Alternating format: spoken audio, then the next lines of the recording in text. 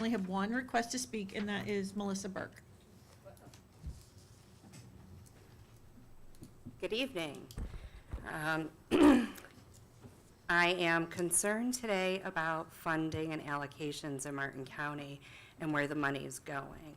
I would like to congratulate our new superintendent, but I cannot be, I'm aware of the salary increase. I mean, it was a huge percentage increase to have Mr. Maine as a superintendent, and since Florida is having a problem right now with hiring superintendents and teachers, I understand the increase, but it's a lot of money. I'm concerned, I have concerns about that. I'm echoing, right?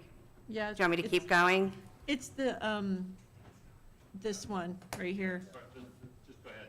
All right, so we also had an increase in our staff for safety and security in that department. What we're not seeing an increase is campus allocations. We've seen a decrease in funding for our schools again, and our principals are having to do as much, if not more, with less money. Again, less teachers, full classrooms. I'm just concerned with the money that this district's spending and where the money is going. I'd like to see it in the classrooms, and that means having money for teachers and professional development for those teachers. And I could think of what we could have used $50,000 for today's presentation to go for some professional development, maybe for ELA and catching up with standards and how we're going to catch kids up from COVID to the new standards. Another concern, fifth grade reading scores. Our incoming sixth graders in the state of Florida, 57% of them are at a 1 and 2. So it was like, 57% of incoming sixth graders all scored the same, failing, a 1 or a 2 on the last APM for ELA FAST. That's Florida as a state. We look no different as a district. We look no different at the elementary campus where my son tested. So if we had a little bit more money in those classrooms, maybe we wouldn't have to shove 25 to 30 kids in a class. 50 grand is half of a teacher's salary when we look at their benefits and everything else. That could have really gone to give one more classroom on campus. A concern I have is we are aware of 3 classroom libraries being donated to personal libraries being donated to Martin County Library System because teachers are, once again, not sure with legislation what they should be doing with their personal libraries, nor do they have time to catalog 2,800 books. So, really concerned with spending money today and listening to a political consultant talk to us about education. We're not really sure why we need it when Martin County is lockstep with Governor DeSantis all the time. And to me, if we're all lockstep with Governor DeSantis, we really don't need the 5 of you guys either. I'm looking forward to him removing school boards and saving us that money too. Have a nice night. Next up is, I'm sorry, I can't read the first name. The last name looks like Collins. Sorry about the handwriting. My name's Carol Collins, and as a Martin County citizen, taxpayer, and voter, one of my goals this year is to read every book banned via removal from Martin County School District. While pornography is one of the most cited reasons for removal, so far I've only found 3 sentences that can be construed as graphic, and none of those prurient to a rational mind in thousands of pages. Today, though, my focus is teen suicide instead of sex. According to a study quoted by Florida Health, 10.9% of male students and 20.2% of female students in Florida have reported seriously considering death by suicide. 10.9 and 20.2% of our children. USF research from the same year found 127 actual suicides among children ages 10 to 19, 25 of those in the 10 to 14 age group. I think we can all agree that 1 is too many. And yet Martin County has banned 13 Reasons Why by A.J. Asher, ironically a Florida Teen Reads selection, and More Happy Than Not by Adam Silvera, both eloquent novels that explore many of the reasons and red flags that cause a teenage boy and teenage girl, respectively, to attempt suicide. So what that means to me is that if my teen grandson, his friend, or one of your children is in such despair, those resources are unavailable in the public space dedicated to learning. They could theoretically find the books elsewhere, but only if they're aware that these stories actually exist. Tales of young people in such pain from bullying, assault, gossip, and stigmas around sexual identity that led our children to feel that they are alone in the world. But yet the school board refuses to allow our community to request the return of access to these books using the Form 1371 process and criteria that's already in place to remove the books initially. Where's the concern for our children's lives and rights in this decision? I humbly ask. Thank you. Thank you. So next up, we have a presentation by Greg Black to review the legislative session. All right, is this working on the microphone? Or- Yes. Okay, just want to make sure, I wasn't sure if it's going to be too far away. Again, thank you for having me. It's been, I think, almost a year, a little over since I've been here, and I apologize for not getting to come down in June when I had planned to. We had a family medical emergency, so appreciate the time today. Here you'll have a presentation. I'm not going to go through every bullet point on the slide. Want to make sure it's, a couple things are clear, though, as this, it is linked. So there's links there if you have questions about something we do cover and you want to go into further detail or ask a follow-up question. That's the same when you get later onto the slides when there's articles linked. Those articles are linked. The words where it shows the title of an article, that is hyperlinked, even though it may not look like it. You can go and click on that and see the actual full article. We're not going to spend every slide. There's 40 of them, so it may take a little bit of time. Let me see how okay.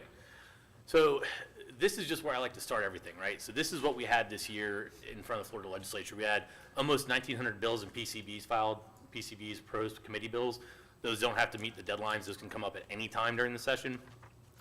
We're a little bit more reactive to those, or sometimes those are done because we bring something to the forefront that wasn't filed, and so we're being reactive in the sense that it's an omission, right? That it wasn't, some error or missing link was there. That just shows you kind of the total volume of work. It was a lot this session, and it was a lot considering there wasn't a ton done in committee weeks. So when many of you came up to Tallahassee, or we talked in the fall, and things had, or I say fall, post-election, and things hadn't been moving. Legislation had been filed, and we said, hey, it's probably gonna be a low volume bill year. It was anything but that. They did a ton of work. I would say that, it's kind of on both sides, right? There's a lot of controversy. There's a lot of discussion about it. There's a lot of newspaper coverage on a lot of stuff, right? So, and there's a lot when it comes to education. We filed about 10% of all the filed bills that were just for Martin County's list. If that gives you any concept of kind of just how broad the legislative impact was this year.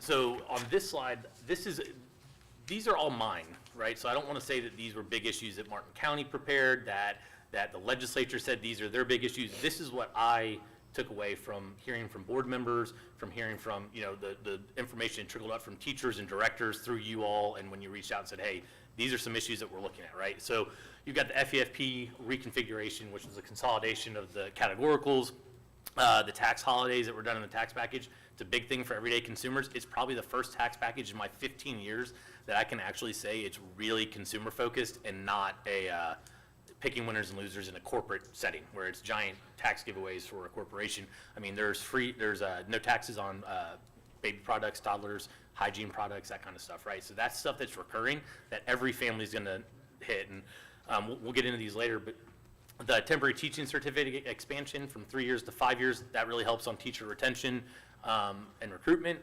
Heroes in the classroom bonus opportunities, that was expanding what we've already done. HB1 was a big issue, obviously, from funding and just from a practical reality of, where a student's going to be come August. When do you find out where they're going to be? Parental rights in education was expanded. Again, book reviews and changes to that. A reading report and increases to funding to help with reading and math issues. That was a big deal. It's about $150 million. That's going to trickle down to the districts. Workforce and apprenticeships improvements, right? To bring some cohesion to that system that in Florida has kind of been disjointed, right? We know we want to support it. We know we need it from a labor aspect, but we haven't had a very good kind of air traffic controller to kind of put it there with a funding mechanism. Retirement changes as it relates to teachers, going from 96 months to 120. That's 2 additional years for drop. Increases to retirement, the union bill, school safety, bus and student safety, we'll get into that. Concordant scores, which is a big issue for us, and I want to make sure I go ahead and say thank you to Dr. Tracy Miller. If I forget later on, she's not here today, I understand. She's on a well-deserved vacation, but she was incredibly helpful.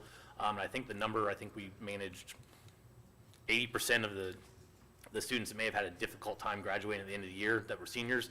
80% of the ones that we identified actually ended up graduating because of changes that you all highlighted to us, and we were able to make that case. And then changes to school board elections requirements, kind of districts and term limits, and we'll get into that later as well. Okay, first one, and obviously kind of the biggest ticket item, HB 1. You can tell by the number, it's important to House and Senate leadership. It's a huge bill. It is an expansion of the school voucher program that no state has really seen. I mean, it's endless as far as a income level. There are 2 tiers, up to 100, primary status is up to 185% of poverty level. The secondary tier is up to 400%. It's for 20,000 students for this upcoming year. It's around $7,700 on average. Could go up to as much as like $8,200 per student. Those dollars are allowed to go to private schools, charter schools, you name it. I mean, some of that is transportation to a different public school, depending on what voucher and what scholarship program they choose. The idea being that the tax dollars should follow the student, right? That what the parent and the student may think is a better option, they should be allowed to take that money and pour it somewhere else. Importantly, this was the first bill signed this year, right? So, I mean, it was signed in March, very early in session, I think week 2 by the time it all got done. They've already had 7,500 students have their scholarships approved from Step Up for students. Now, that's early considering it wasn't effective till July 1st, right? However, they got ahead of it. They were able to set up their database and system to take the applications in early, so they issued them as soon as possible. Importantly, just so you guys know from a funding mechanism, we'll talk about it a little bit later, there is a $350 million stabilization fund that the Senate really championed to put in the back of the bill for the budget, so that if these go over estimates, districts are made whole, so that we don't have a budget deficit due to FTE dollars going to other institutions.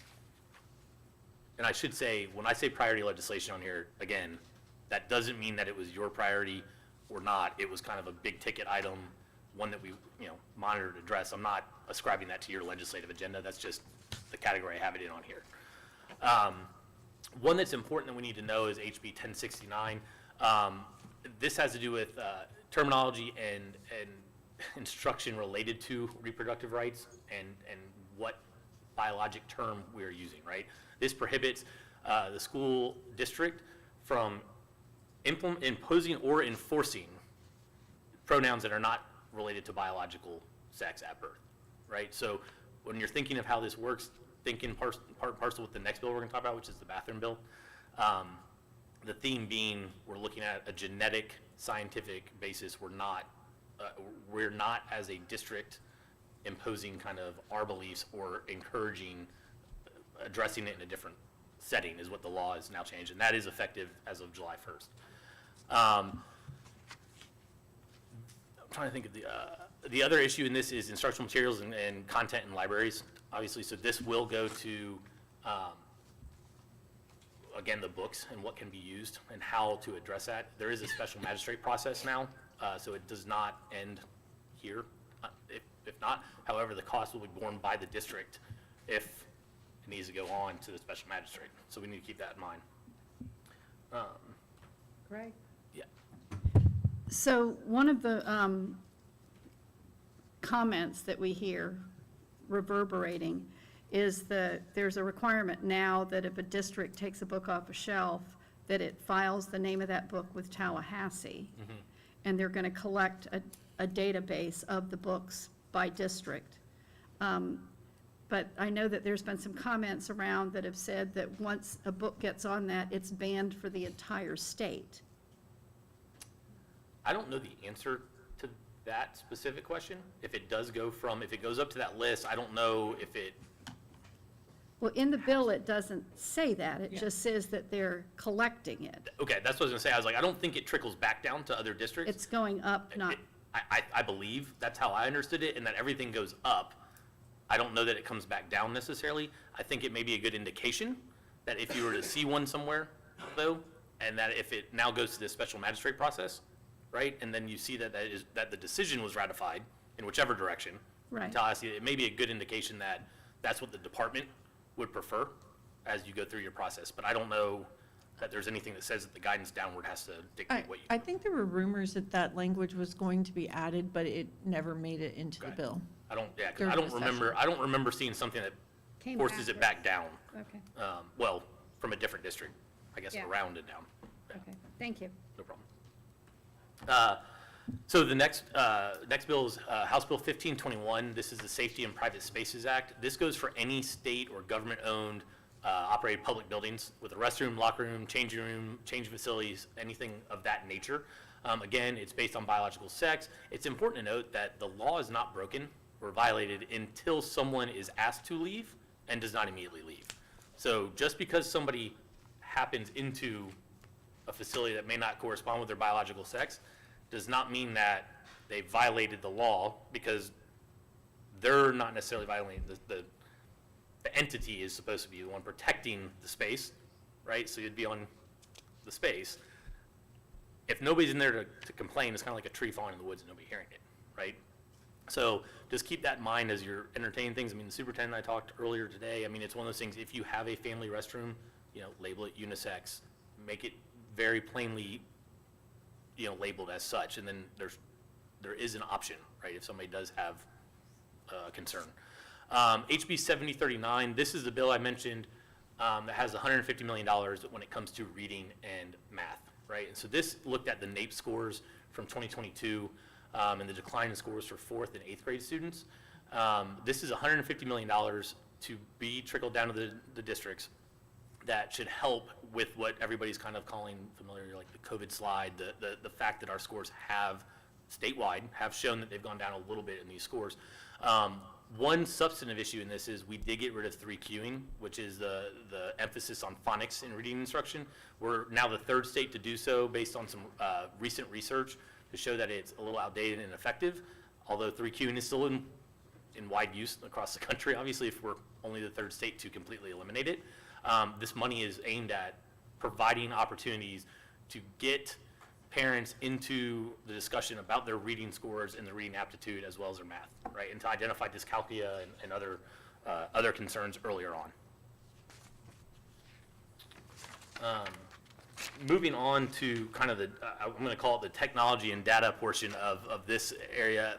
This was a weird year in the sense that there was a lot on data transparency and data privacy and technology.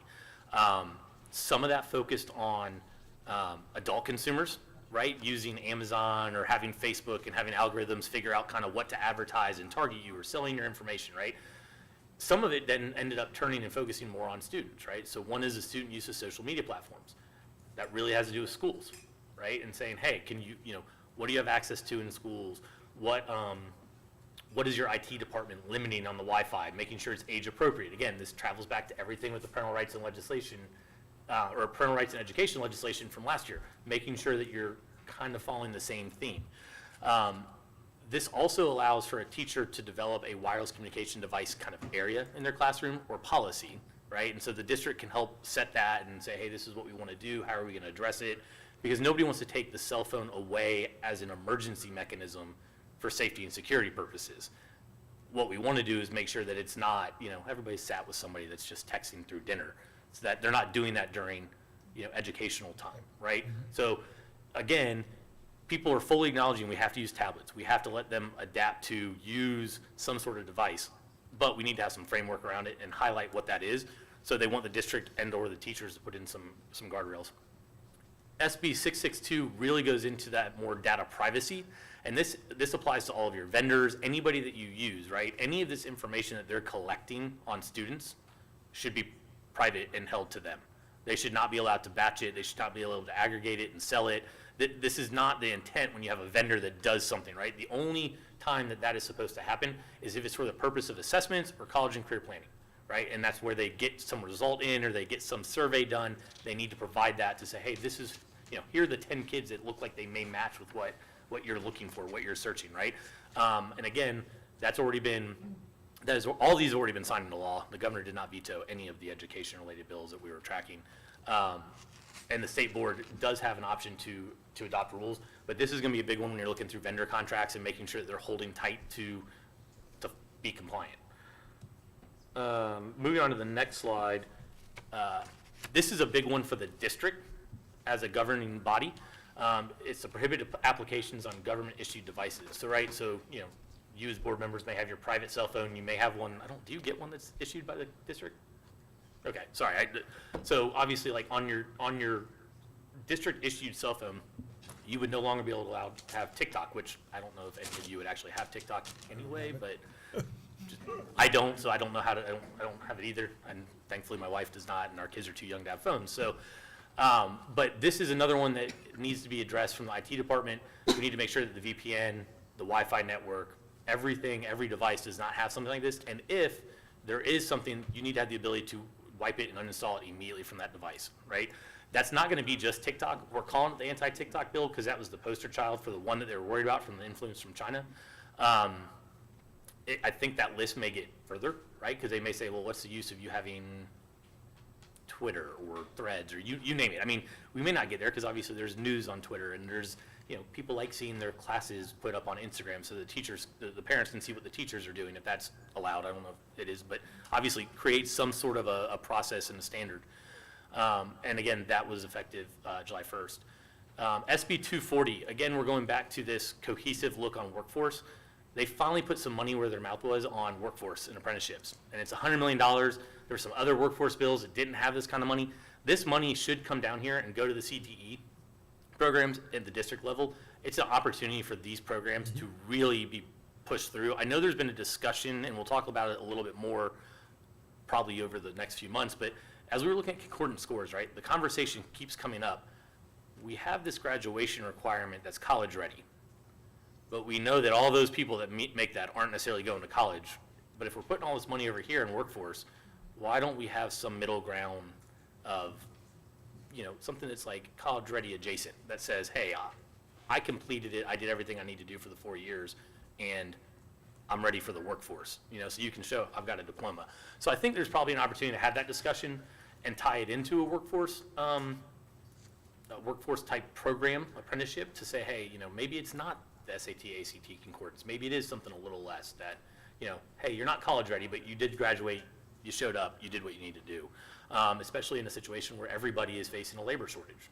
I mean, it's just the fact. I mean, you look at anybody, and all places are hiring right now. So I think that's a really good one. I think everybody's very happy. It's one of the few bills I will tell you that both the business community and the education community really came together on, because I think they understand the symbiotic nature of that can really help over here, right? So it was good to see that come together.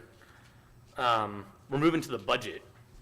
So I'm not going to go through all of this. It's a lot of numbers. I will tell you the kind of high-level things. Largest budget in state history, $116.5 billion. That's post vetoes of a little over $500 million, which is low for our sitting governor. Obviously, you know, it's 2023. There's something in November 2024. You know, he got a lot of endorsements. I mean, the vetoes were disparate, right? So I mean, there were big pots of money that were vetoed, but not programs, not programmatic things in education, right? So some of the big high-level issues, you know, increases to the FEFP, increase to the BSA, teacher salary increases again to get it to $1 billion over the last number of years, right? That's another $250 million. Safe schools allocation of an increase of $40 million to get there to $250 million for safe schools. You know, suicide was mentioned earlier. Mental health assistance allocation, that's been a big issue for the State Board of Education for 5-6 years. I'm trying maybe longer than that. But you know, another $20 million to get that up to $160 million that can come out and help the different districts. You know, they're trying to put these programs in a way that they're recurring dollars, but also sets a foundation for, hey, if there's more money next year, we can come bring some back. That allows for, again, with the FEFP categoricals going away, also allows some flexibility if you needed to move funds from one to the other, depending on what it is, right? Now, some of those you're not going to be able to move, like the school safety stuff, but there are some options later on that we'll talk about of where to create some more dollars and some more revenue for school safety. Well, and I just want to mention that the TSIA money, the teacher salary increase, we've gotten our allocation already and are engaging with the teachers union to hopefully meet the deadline of October 1, so that the teachers will have those dollars in their checks before the deadline of October 1st. And I will say that's important too, and we'll talk a little bit more, I mean, we'll just briefly touch on the union stuff, but that's important too, because they really want to make sure those negotiations are done timely. And they've gotten they've gotten tough on some districts that have delayed or have seem to have not gotten the negotiations done timely, right? Where they're finally kind of hitting the desk and saying, hey, let's move this on a little bit more, let's get this over with. So that's good to hear. This is just a page on just other random miscellaneous education budget items. Top of mind for me is that $350 million in the back of the bill for the Education Stabilization Fund. We don't know what HB1's impact's gonna be, but it's important that, hey, we've got this, fail-safe back here of funds, if in fact there is a district that all of a sudden has a giant vacuum sound, right? There's micro-credentialing in there, incentives, right? Again, look at CT, look at workforce, like that goes to that. You've got Heroes in the Classroom sign-on bonus, that's $10 million, $8 million of which goes to those folks as a $4,000 sign-on bonus. The other $1 million is for, I think for teachers that go for the extra distance to a Title I school, right? So that if they're in the Heroes in the Classroom program. Dollars for the SAT and ACT, literacy coaches, I mean, you name it, they're trying to make this a cohesive, and if you see what the policies are doing, they're trying to go back in and fill the dollars there. The last one on there is interesting. It's a $4 million grant for fiscally constrained counties for Safe Schools Canine program, and that's for gun sniffing dogs. And so there's a bill we'll talk about just briefly that allows for schools to do this if there's a donation program for gun sniffing dogs. So again, for fiscally constrained counties, there's a little bit extra resources there for them. Well, and one of the really big things too is that I want to say it's there's a 2-year ramp, I think, but they are totally eliminating the education code and rewriting it. We had about 5 pages front and back of discrepancies, like, that didn't make sense. Things get tagged on every year, so nothing was really cohesive. And so they have made an effort now to repeal the whole education code, so that book that you all get will be repealed and rewritten over a matter of years to hopefully make it easier.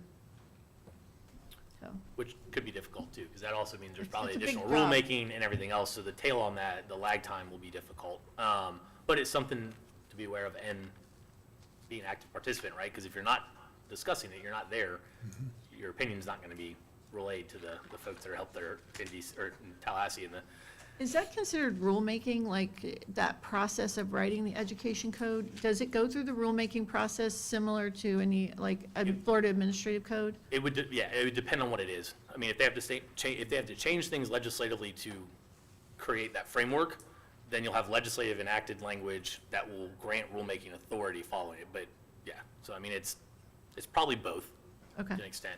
So we'll get those advertisements and know that when we can participate in rulemaking. Okay, tax package we touched on earlier. These are the highlights. Back to school holidays is that second bullet. Like I said, it was 1.3 billion for this year in cuts and reductions, but 2.7 billion when you take in the ongoing tax savings. Again, can legitimately say it's a broad-based tax relief, which is not always the case. And then the one provision that I think is most important from a governing board standpoint and from the school district specifically, and we were able to work on some language here similar to what we did last year, the discretionary millage for construction and renovating of schools, you're only allowed to put that on the ballot one time in the 4 to 8 months preceding the start of that, right? So if your discretionary millage were to be up in '24, which we've been through this because we did this last year, Millage or sales tax? I'm sorry, sales tax. If your discretionary sales tax is up, say in '24, right, you'd have to put it on the ballot then, because it'd go into effect January 1st. Or you could have done it in '22 for then. But you could not have done it on the 20 ballot, because that would be before the January 1st, '25. Go ahead. So it's sales tax, not millage. Sales tax. It's not, this has nothing to do with the millage No. piece and The that. millage clock piece, running which on we the did millage. last year, was separate. But originally, when this bill popped out, Had both. it had both in there. We were able to get the millage piece taken out because we had fixed it last year when that bill came out and we needed 1 year well, one cycle, really. And so we fixed that. We told them, we said, hey, it's compliant with what you're trying to do here to put it on a general ballot. Can we not make some Right. inconsistent language? And they agreed. So our sales tax runs for another 2.5 years. So Which we puts- authorized for 7 years. Okay, We have 2.5 more years of collection. It's all put in the capital pot. We haven't even discussed or talked about whether we have any needs or whether we wanted to bring it back. That was a very precise thing, but I just want everybody to be clear that this is sales tax we're talking about. This Correct. doesn't affect what we have to do for the millage to get that that's, started back. yes. That's a- So in this one, if I'm hearing you correctly, though, you We'll be- don't, so you have until, I'm doing my math wrong, No, we're fine. 26? Yeah. January 26? So you're good. So you have to do it in 24, though, because you have to do it on a general ballot. You're talking about sales tax or millage? Sales. So we haven't even discussed, I'm saying No, if you but were to. you would have to You do would it. have If to you do were it because to- it has to be in a general ballot, and you'd either miss the 12 months of 26. so that's Or what let- we have to do with the millage in order to get the millage, because our collection date is in the same year that we voted in 2022. So which means that in order to collect on the tax bill of 26, we have to authorize millage before 2026's Correct. general Because we election, run which into the same means problem. we have to authorize in 2024 Correct. for a collection that starts in November of '26. Yes, because of the yes. way, Yes. yeah. Yeah, Okay. yeah. Well, technically January of 27, but gets on a trim notice prior. Yeah. Yeah, so Yes. there's no way you can there's no way you could have it at a general election in 2026 and collect for that tax bill. No. Correct. Yeah, Yep. thank you. Okay, House Bill 543 is the Public Safety Guardian Program. So updates to the Office of School Security, School Safety. This is really largely kind of a funding issue for the department to create resources for the districts to use, right? So I mean, and I'm leaving one large thing out of there, but it's unrelated to education, so we're not going to touch it. But there's $10 million in here that has to do with three things for the Office of School Safety. It creates a secure statewide student safety portal, creates a web-based tool to satisfy the state boards or assessor reporting, which largely was, I think I've written in there, kind of a Duval County issue that they were not reporting as timely or as Well, consistently. it was a statewide issue, because you would have small counties like, say, in the Panhandle, that were reporting 400 bites, say, that were assessor level, and then you would have large counties that were According to, Right. reporting 4. So you knew they knew the data was not right and correct. So this is to put teeth into adequate and precise and correct reporting by school districts. And they're trying to make it so it's streamlined so that it's an online system so that everybody's reporting in the same format. And Instead of paper or, And eventually that will be available to parents, so parents will have that information when they're deciding what school they want to send their children to. and then the last piece it'll do is create a threat management tool that DOE will be able to use and districts will be able to utilize as well. There was there was an emergency rule promulgated by the state board, that was in April 19th. And then this actually goes into the firearm detection dogs. So this is the legislation that created that. So when you're looking at kind of, to Chair Powers' point of, you know, the education code having things tagged on and there being stuff that's overlap or redundant or there's a loophole. I mean, you know, we had the detection dogs here, we have it in the budget. It doesn't really make a difference where it is, but you'll see there's a lot of overlap in multiple of these bills, right? The temporary teaching certificates issued from 3 to 5, I think popped up in like 4 bills, right? And 2 or 3 that passed and were signed, but it's the same language, doesn't change anything in statute, it just got stamped twice.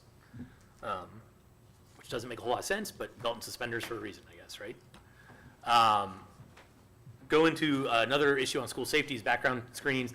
This is kind of just a glitch fix. It delays the requirement to do this for ACA for the clearinghouse till January 1st of 2025 or later as determined by ACA, which is a little weird wording. That's not typically how statute is written, but I think the clearinghouse is a lot more people than they're used to, and it's a whole different department than they're used to dealing with.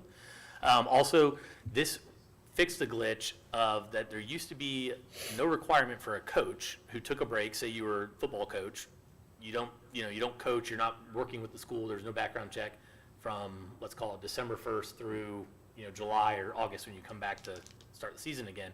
If you take a leave of 90 days, or you're an athletic coach, because I think a lot of times they did not have to have a background check, you have to have another screening completed. Idea being, we can't let you come in when we don't know what's gone on in the last 8 months, right? So now that's getting fixed. Again, a glitch oversight that nobody realized until this bill came through, and they're like, hey, we need to fix that because there's a big gaping hole. I mentioned earlier there was a couple opportunities passed this year to create some safety and security revenues. So obviously a couple of years ago, we had an issue with a crossing and school busing, right?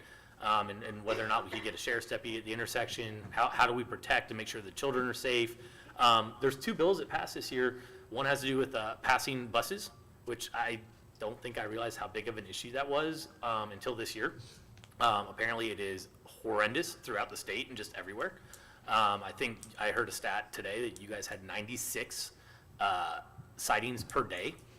So if you think you have 100, I heard you have 100 buses on the streets at any given day, 65 routes, whatever the number was. But that's basically every bus is saying at least once a day that they're running, they're getting passed when their stop sign's out, which is just weird to think because it's like the first thing you learn when I drive, don't pass the school bus, right? This would allow for a camera for video and still footage to be installed. It also allows a revenue split between yourselves and the local law enforcement agency that helps, as well as some funds to go to, the next one is the funds to the schools crossing guards, but so this would bring you some revenue back. It's very similar to a red light camera type scenario, right? But as the bus stops, when the stop sign pops out, cameras are activated, you gotta have at least 2 on there. You're able to pick whichever vendor you wanna work with. I'm sure they will be calling at some point. I don't know how many there are, I don't know who they are, but something to look into. It also, like the next bill, requires an informational educational campaign done jointly by the district and the law enforcement entity, right? And so it requires an MOU with the sheriff's department or police department, whoever. I mean, likely the sheriff's department just because the geography, but So who's going to issue the citation? I believe the sheriff's department will, because what will happen is it'll be transmitted to the vendor. The vendor will have to send it to some sort of law enforcement entity, unless, I'm not as familiar with the red light camera issue. I know when those happened, I think they still went through a law enforcement entity, right? Yes. Okay. So that's where the MOU with the law enforcement agency happens, but they also get some revenue based on the fact that they're going to have some piece of this, right? But it could create some additional dollars that could be used for school safety, bus improvements, safety, whatever. 657, very similar, but it's enforcement of school zone speed limits. Anybody that's going 10 miles per hour or over is going to snap a photo. Again, got to work with local law enforcement, got to educate the community before you can do it. It can't just be popped out there. It can't be like, hey, I got you. You didn't know there was a camera. You got to tell them, you got to explain it. But some dollars will actually go to recruitment and retention of school crossing guards, right? So specifically, hey, that's one less bucket you have to fund out of the FEFP and the consolidation if that were something you guys so desired to entertain. Getting back to the workforce and career tech issues, these are, again, 240. I'm not going to go back over 240. That's the bill with the $100 million. 196 has to do on guidance services on academic and career planning. This was Senator Chevron Jones out of North Miami Beach. This was a priority of his. It's really just trying to get some foundational soft skill credentialing done and having people given a framework and a pathway, right, to get there. This is like that missing gap we were talking about. This is another tool for them to help get to that pre-apprenticeship, apprenticeship. And apprenticeships aren't new. We're just rewording it, right? I mean, it's workforce. It's working as an intern or working in some industry, right? It's nothing, I mean, we just got to get it all consolidated into one pathway. And 1190 is largely focused on the DCF population and the Office of Continuing Care. So this is the foster care population, and really trying to create a transition pathway for them for workforce and professional skills, right? And how do we get there? What do they need to know so that, upon graduation and aging out of the foster care system, that they are prepared and ready and know what's next. And that was done by Ileana Garcia out of Miami-Dade. Next bill is HB 19, has to do with IEPs for children. So this is largely for those disabled, the disabled population, more so that at 18, they're no longer minors, right? And so nobody really thinks until they have a child like this, what do we do? What do we not get access to if we don't have a guardianship? If we want our child not to be in a guardianship, but they need to have some involvement, but we also need to know what's going on so we can help make a good informed decision. This will help give kind of a prep plan in advance of them aging into the majority and saying, hey, this is what you can get, this is how we can set it up, let's get this information ready for you. This was championed by Allison Tant. She's my representative in Tallahassee. She has one child that is an adult with disabilities, and she realized that this was a huge problem for him, right? I mean, Jeremy's smart enough to say, no, I don't want to do that, but I want to do this, but maybe not, go buy a car, right? And so, but she learned at 18, she had very limited access to what she could get from educational materials, right? State board does have rulemaking authority, so it could be that this is modified and refined a little bit. We'll kind of see. 290 is the progressions for students with disabilities. This actually focused on the reading deficiencies in early literacy and kind of making some provisional changes so that being held back if you have one of these IEPs or 504 plans is a good cause exemption, right? So it's not docked against the district. It's, hey, we have a younger student that needs another year. We need to make sure that we've got this plan set in place to address these deficiencies with the parents, and we're moving forward. And then 795 is a glitch fix. The portion that's related to education is a glitch fix. It removes the requirement that a Medicaid provider for the ABA services be here. Now, I will say that this does raise a question. It does raise a question for, you have these ABAs that now are not Medicaid providers. They're in the classroom as a parapro, managing one child, but they're not necessarily, they're not a school district employee, but yet they're there all the time, or 20 hours a week, or whatever the prescription is, right? It kind of addresses like, how do you manage that, and how do you make sure that they're not going outside their bounds to other students in the classroom, that kind of thing. So just something to keep in mind that I know other districts are concerned about.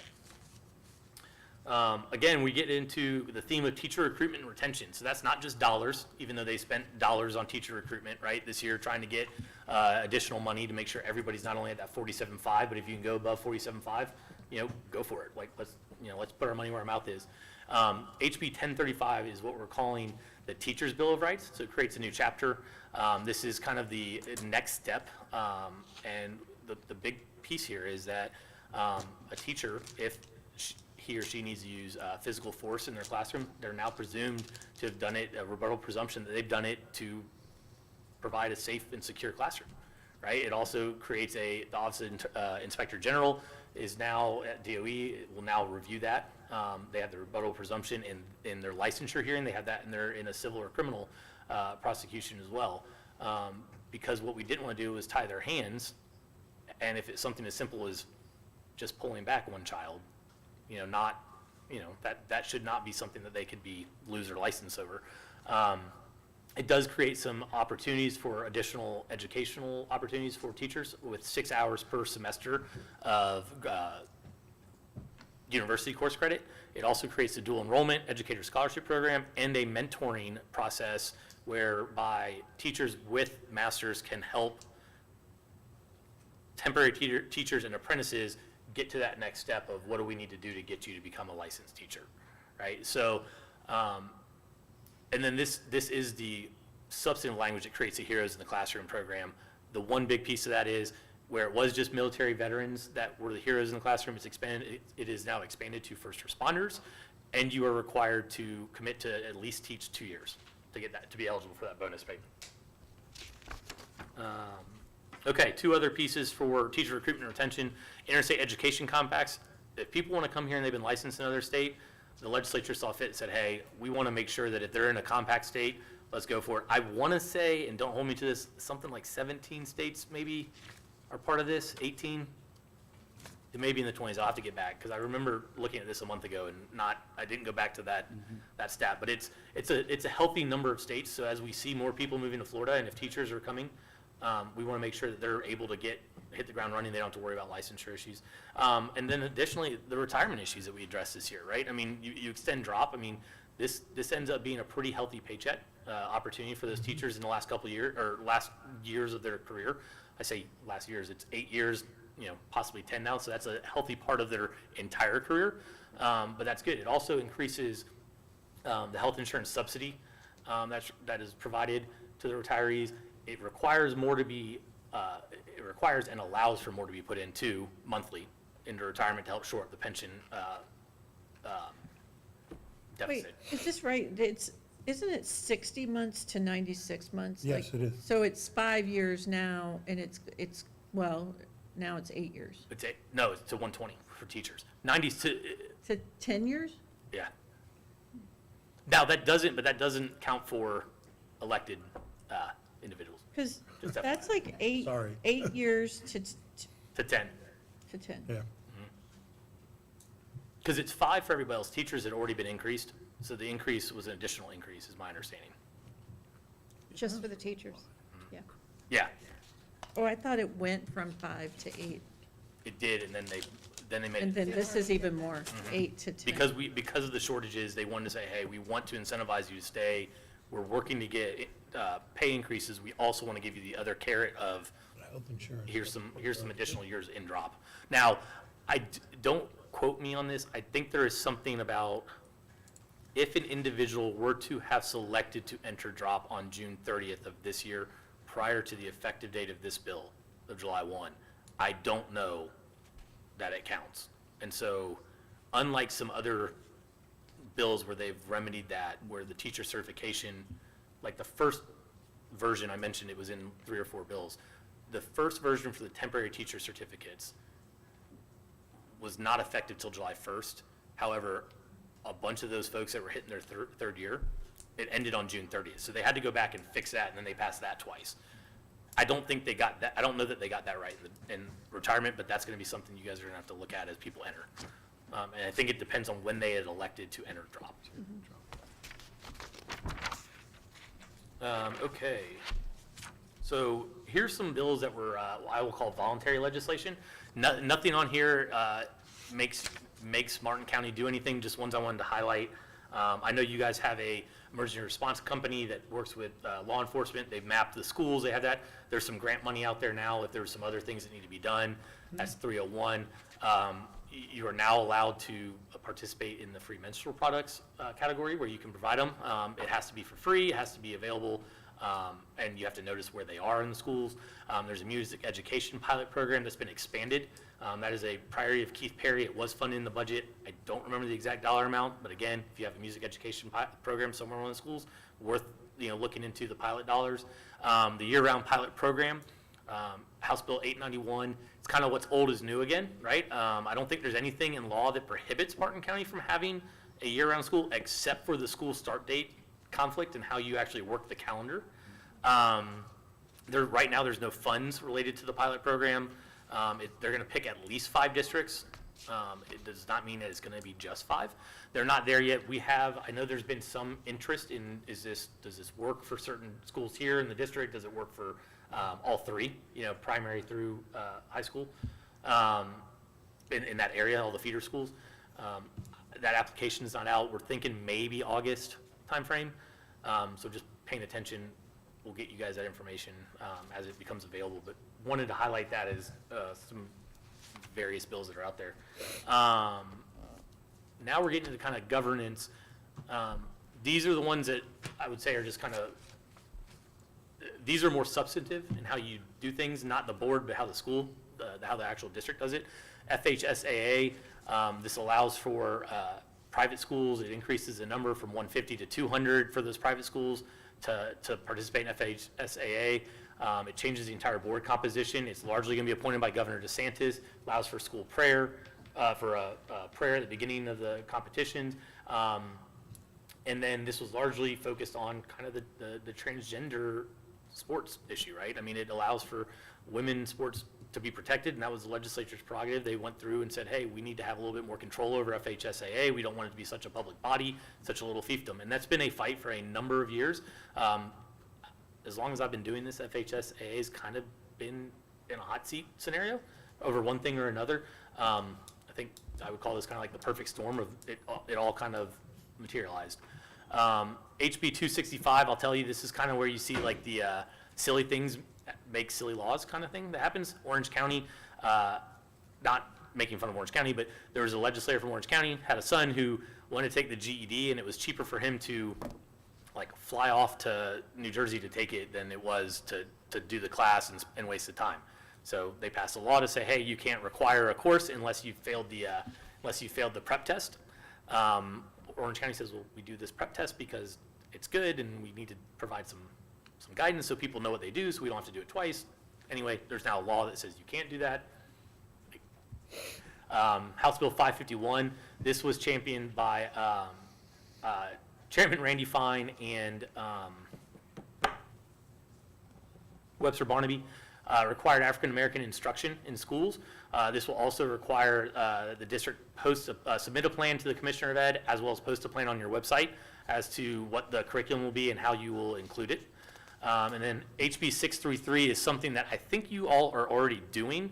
It stems from Escambia County, obviously where there's a large military installation and population.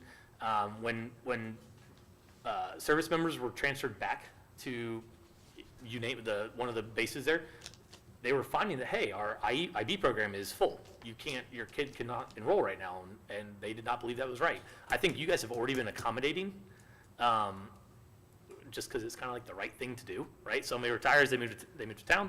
So this just says, hey, if there's something that the student of an active duty military personnel wants to do and they meet the eligibility requirements, they have to be given a spot, right? So that could be AP classes, IB program, athletics, theater, I mean, you name it, things that maybe it was just closed, right? And again, that's a mid-year issue. All right, so I mentioned thanks to Dr. Tracy Miller. I will tell you, my favorite thing I did this year, and the one that gives me like good feelings, is change the language in House Bill 1537 on graduation concordance. Now, this bill does a ton of stuff. It is a train. It is worth looking at. It's one that we've talked about that it needs to be addressed because it really does have a lot of changes, right? Changes to Bright Futures, it does the classical learning test, it adds it in there. But this did the concordance. I will say that right now, from the comments made on the floor, there's not an appetite to do this again next year. We got a year, but they also gave very clear directive on the floor. It said, this is notice to all the districts that as it relates to graduation concordance, 23-24 school year is going to be different. We're not going to continue to kick the can down the road on test scores and graduation scores. And that's not to say that maybe we can't figure out some way to have something in the workforce setting, but it needs to be identified now. I will say we were also very lucky to have people that were very actively from the district, actively involved at strange hours that were not during the work hours to help get information back, and it makes my job that much easier to make sure we can identify with true stories of what students what they were going to do and what they won't be able to do because of one test score, right? And you guys should be proud of that too. I mean, you guys all cared enough to engage on that, and that's important. So I just want to mention, I know we're going to talk about our legislative platform, but I think this discussion needs to continue to be had with our lawmakers. I know that there was some real resistance in the governor's office. There was some resistance from some legislators. But I think that we have to do a good job of telling the story of students that are meeting every single graduation requirement except being able to pass a standardized test at a level that we know that a lot of these kids that were in this group are not college bound.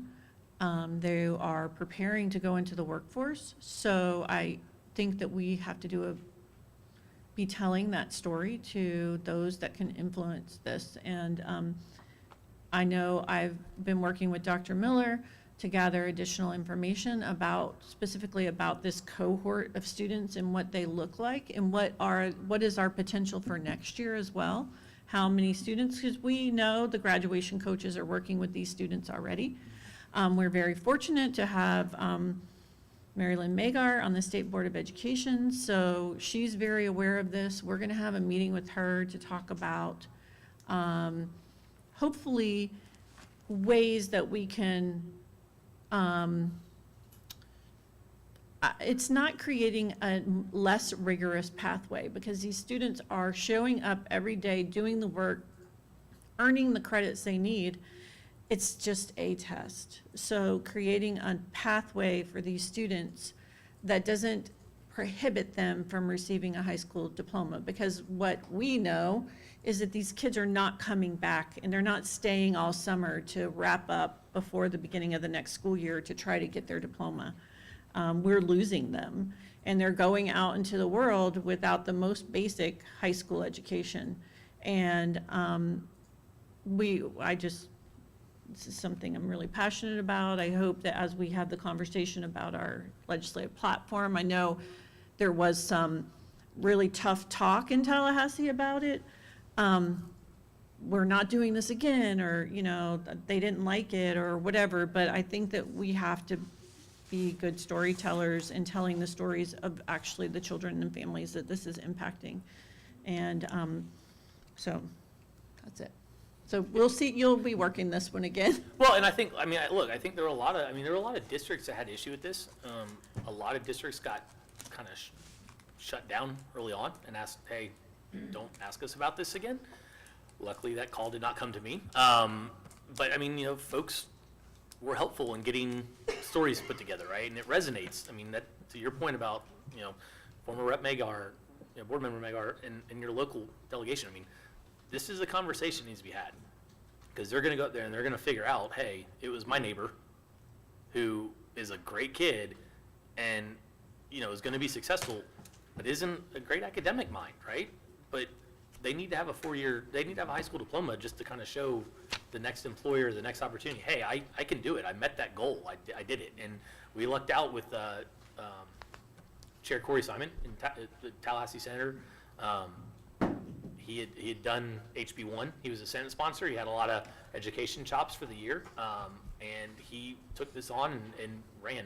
Well, and his son was one of those students that could have been negatively impacted by this zero, it's like a zero tolerance policy, like this is the way we're gonna do it for every single student, and every single student they don't always fit in the same box. And, as we talk about choice and all these things, it's like in the whole concept that every student learns differently and every student deserves or should have different opportunities. This is also one of those that should be added to those choice options. So we're going to continue this, as we, obviously, if it's a board initiative. But I think that all of us probably will agree that this is a priority, because this is not about, a test. It's about children and their future. And when children don't graduate from high school, there are a lot of statistics that are not great, and what happens. So that's all. Thank you. I appreciate all you did, because it was a lot, and it was a lot of back and forth. It was a lot of late nights. It was a lot of gathering data and trying to relay the stories to legislators. And we were lucky to have Senator Simon. He was amazing. And the Senate staff. Senate staff, and I think finally, House staff, once it was really fleshed out, I think everybody realized, oh, it's a big deal. These kids were freshmen in high school when they went home, right? They went home and didn't come back for 7 months, 6 months, whatever it was. So, deal. But I think your point is well taken, though, that probably the more appropriate way to address it is an alternative graduation pathway, so that you're not bucking the, so, okay, if you want these kids to graduate, here's the test concordance thing, you're not gonna mess with that. You told us very clearly you're not gonna change it, that was a one-time fix for that year, but you also have the ability to get a high school diploma if you go this way. Right. And by doing that, then you've respected what they've tried to, the iron fist that they put down of saying, we're not gonna do anything any year moving forward, even though they started this year with saying, we're not gonna do anything moving forward. So even though that, but I don't know how many times you could really count on that to, them to flip on that. But I think if we pursue it in the other direction of the, okay, here's the requirements you need to get a diploma on a different pathway. Well, and I don't know, I mean, for example, I mean, I think it was just under 100 students here in Martin County. But I mean, in Leon, it was 350. In Orange, it was like 3,000, right? I mean, these aren't small numbers when you start to multiply that out. I mean, it was significant. So I think folks got it. I think other individual legislators started to realize this is, we know people that are impacted by this. So, Well, and it's just, we didn't have as much time as I would have liked to tell the story to as many legislators as we possibly could, because it came so fast, it happened really quickly. Because when you just break down our data in Martin County, this is at-risk populations that we're talking about. Not all of them, but they're English language learners, they're majority free and reduced lunch. They're all of those demographics that, it's sad that they're not, we need to tell the story so that they're looking at the whole picture and not just, setting a standard for every child that is impossible for some of them to meet. So we got a lot of work to do, a lot of convincing to do. well, and as I mentioned, this is what we call a train bill. So if you look at the last three things in there, right? Take standard headache medication is now authorized for students. It establishes guidelines for searches of student belongings, what needs to give back, and then it allows for a combination of volunteer and paid work hours for Bright Futures eligibility. So how any of those things are related outside of the fact that they all kind of touch education, that's how you get your education train package. Next bill is 733, middle and high school start times. This was somewhat controversial for some of the larger districts that have issues with transportation. My understanding through discussions with the district is that Martin County is going to be okay. We're basically already there with the timing anyway. There's going to be a little slight reconfiguration, but it should be good and it should not mess up the bus issue. Getting to more of, hey, how do you, and we're going to ignore the second one. I didn't realize until after I made it a PDF and got it to Diane that I'd included 258 twice. So just for extra measure, definitely don't have TikTok on your on your Wi-Fi. But Senate Bill 256 was a union bill. Obviously, discussions on negotiations were raised during public comment. I know Chair Powers and you all are working on those negotiations now to try and get those in place by October. This bill is another one, perennial bill. It's been in some form or fashion, probably the last 10 or 15 years in Tallahassee. Makes changes to how you certify a union, when they have to be certified, does audit requirements for the unions, and requires if it drops below 60% of eligible members, it could be decertified. Allows for members to leave a union at any time if they so wish, and it prescribes a card that is promulgated by FERC, the Florida Employee Relations Commission, to show what needs to be on that union card for membership. Lots of changes, don't know what it means actually in practice for your guys' respective teachers union. I don't know how that will work, but just something to be aware of. And what you guys now can require and request of the union, right? That they need to supply to FERC and have available year in, year out. I think I've only got 2 more slides before we get to the part that we don't really need much. This is on school board governance, more towards the board, right? So more towards you all and elected. HB 31 was a joint resolution calling for a ballot initiative to be placed on the 2024 ballot regarding partisan elections to school board. It will require 60% plus 1 of the voting population. So those that participate and actually vote on this one, not drop off, right? So I don't remember where in the order it will be. There were other joint resolutions that were passed this year that will be placed on the 24 November ballot. It is also worded kind of awkwardly. It doesn't expressly, it kind of in a backwards way says it allows for primaries in advance, but it doesn't say you're going to have a partisan primary. But you have to obviously have a partisan primary to get to a partisan general. So it does allow for it. It's just kind of awkwardly phrased.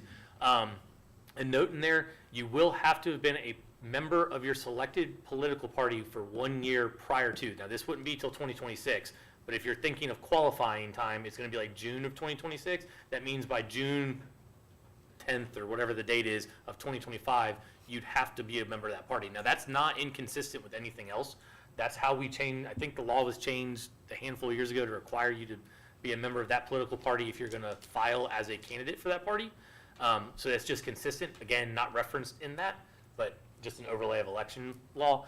HB 411, some folks will say this is the loosening of school board elections. It really just ties it to what every other office does right now, that you just need to be a resident of that area when you would be seated in the seat. And it also says you can't make any changes to district boundaries within 9 months of the election. That way, you can't have a 4-1 majority that decides, oh, we really just don't want this person. We're gonna carve it out so they live outside their district, right? HB 477 is part 2 of what started last year. They ultimately got what they wanted. They got 8-year term limits. Anytime prior to 11/8 of 2022 does not count towards the 8 years. Anytime that date or after does, which means any of you elected in 2022 will only get 8 years, so 2 terms. Anybody elected in 20 is not currently in their 8-year window. You gotta get free 4 years, and then you start 8 years on the 24 ballot. Did I say that right? Anybody elected in 2020? Yeah, okay. So, just FYI. The next slide is going a little bit, this is the last slide for bills. 1259 has to do with capital outlay funding, and this is the charter funding bill. It's going to be a 20% allocation over each year over the next 5 years until it's at 100%, and it's going to be weighted by the FTEs for capital outlay to be provided to charter schools. Some of this was touted as, hey, charter schools are public schools, which they are. Some of this is how much of HB1 is going to impact, and do we need more capacity at charter schools? It's to be seen what this actually looks like. You all need to be aware because it is a funding mechanism. I know Carter's aware of it. But as we're looking at, the FAFP and where the funds come from for capital outlay and millage and everything else, this is where we need to be really paying attention for as you plan and prepare for what next expansion you have or the next school growth, that kind of thing. And then HB 443, I mentioned there's a lot of stuff that is duplicative in different bills. This bill is largely duplicative. I mean, there's a ton of duplication, but it all kind of relates to charter schools. I put it in there mainly just so you all are aware. It was kind of identifying, hey, there's a lot that happens on multiple vehicles. The House sponsor, I don't know that it typically would have gotten done. But again, there's a lot of overlap and duplication. So it's done. There's a charter school kind of hodgepodge train as well. Choking. Yep, first aid for choking was kind of the one big thing that allowed it to gain a little bit of momentum. And then the next few slides, these are just the slides that I mentioned have articles of interest that I find interesting, right? This is about HB1. This is about the money for math and reading. You go into the FHSAA discussion. The fact that Chef Jones kind of highlighted 2 of his bills prior to session, and they both got done, right? And then the bathroom bill that gained a lot, African American history, and the residency requirements. And then we get into this one, and these are interesting because the first one was the first one that popped, and within probably 2, maybe 3 weeks, the second one down popped. That is a St. Petersburg Catholic school that announced they were going to take the voucher money, and they were going to change their rate. Ultimately, the parents would pay 50% out of pocket of what they would have been paying in advance, but then within 3 weeks, they immediately about course because they were going to make it school-wide. And I don't know if a bunch of parents didn't think it was right or what happened, but they went back and changed their procedure. I don't know if there's been a private school that's formally announced that they are going to 100% do it and increase their tuition yet or not. This was in June. The second article was in June. But again, that was the first private school that had publicly stated and kind of made a big splash in the press that they were going to 100% say, hey, we're going to go up. They did their pricing a little different. If you were a parishioner at the Catholic church, you paid $4,000. If you were not, I think you paid $6,000. They were going to go to 10 and 12. So if you do that math, they were then going to pay 2 and 4, right? Or right around there. And everybody would have gotten about $8,000 in the voucher money. Greg, how do we find out what schools I don't know. in Martin County are taking the voucher? I don't know outside of reaching out to Step Up for Students, because I think when you apply, well, actually, I know when you apply, because I went through the process just to see what it looked like, right? And I'm like, hey, our daughters already go to private school. My wife works there, so makes sense. They did not have our school in the drop-down menu, so it would only allow me to go so far. And I don't know that at the time there was a Leon County private school, because I think that's how it was, private, charter, I think you had to pick. I don't think any of the privates in Leon County had selected yet, so I don't know. It may be just on the Step Up website. So if a school took Step Up for Kids prior, the way the old system worked, before 100% vouchers, are they automatically taking the like some schools, for the I know, families that met the financial requirement previously? I know there are some private schools in Martin County that take that. well, and for example, that private school, I know, for example, the one in St. Pete, did already take. And like the Hope Vouchers for the- Scholarship yes. kids that, I would assume if you're already doing the compliance and the auditing that's required, that I don't know why you wouldn't. I think the barrier to entry right now for a lot of the private schools is how do we address compliance and the auditing and the oversight that we've never done. Right. I think that's what it largely comes down to. I know that our school, for example, is taking a 6-month review. So we've already said it won't be for 23, 24, even if they do ultimately decide to do it for 24, 25. okay. So, and then 2 quick slides, what to know for 2024. We're getting ready to start up again. Committee meetings are right around the corner. The next slide, I'll show you those dates. Meetings with legislators, stakeholders, and staff year round, right? Key leadership stayed the same. Chair Powers mentioned Marilyn Magar. You guys have, you got a delegation here with Senator Harrell, Rep. Oberdorf, Rep. Snyder, and then Mary Lynn now on the state board. I mean, you all ought to be in their ear constantly on the stuff you want, right? If there's other things that need to happen, let's do it. She is, somebody that gets a legislative process. She gets now as the state board aspect. And she's well liked. She's very well respected. Any ideas and funding needs or requests should be quickly identified here with you guys as you're talking about kind of what do you want in 24 session. Limited in nature like they always are. We don't want to kind of have like a good draft idea, but not a refined idea. You want to come together on this is what we're looking at, this is what we're thinking, this is how it should be written, how we think. It probably doesn't always end up like that when it's done, but let's go ahead and get the recipe that we think will work, and then if we have to go like amend it, we can amend it, but let's work on that. And those concepts and language, any of the proposals should be refined and taken to sponsors, in the next few months. And reason being, this is your interim committee meeting schedule. The House comes in for a week, there's a couple weeks off, the Senate comes in for a week, and then they're here five joint weeks over 3 months, right? And so then we start right after the holidays in January. We're coming up on it right now. So if everything goes as planned and we're done on time, we're out before spring break, right? So we'll see what that looks like. Hopefully we do end on time. We ended abnormally early this year. I think my report to you all came in at like 1 p.m. or something, absurdly early, which, I'm not used to that. Usually it's like, hey, I'll get it to you Monday or Tuesday because it's 1 a.m. when we're finally out of the Capitol. So they're playing along nice. 2 supermajorities. It's kind of, the biggest burning question is kind of what does March look like from a election aspect. So with that, I will answer questions. I'm done, whatever you guys prefer. Any questions? So, just so you know, typically the person who is the FSBA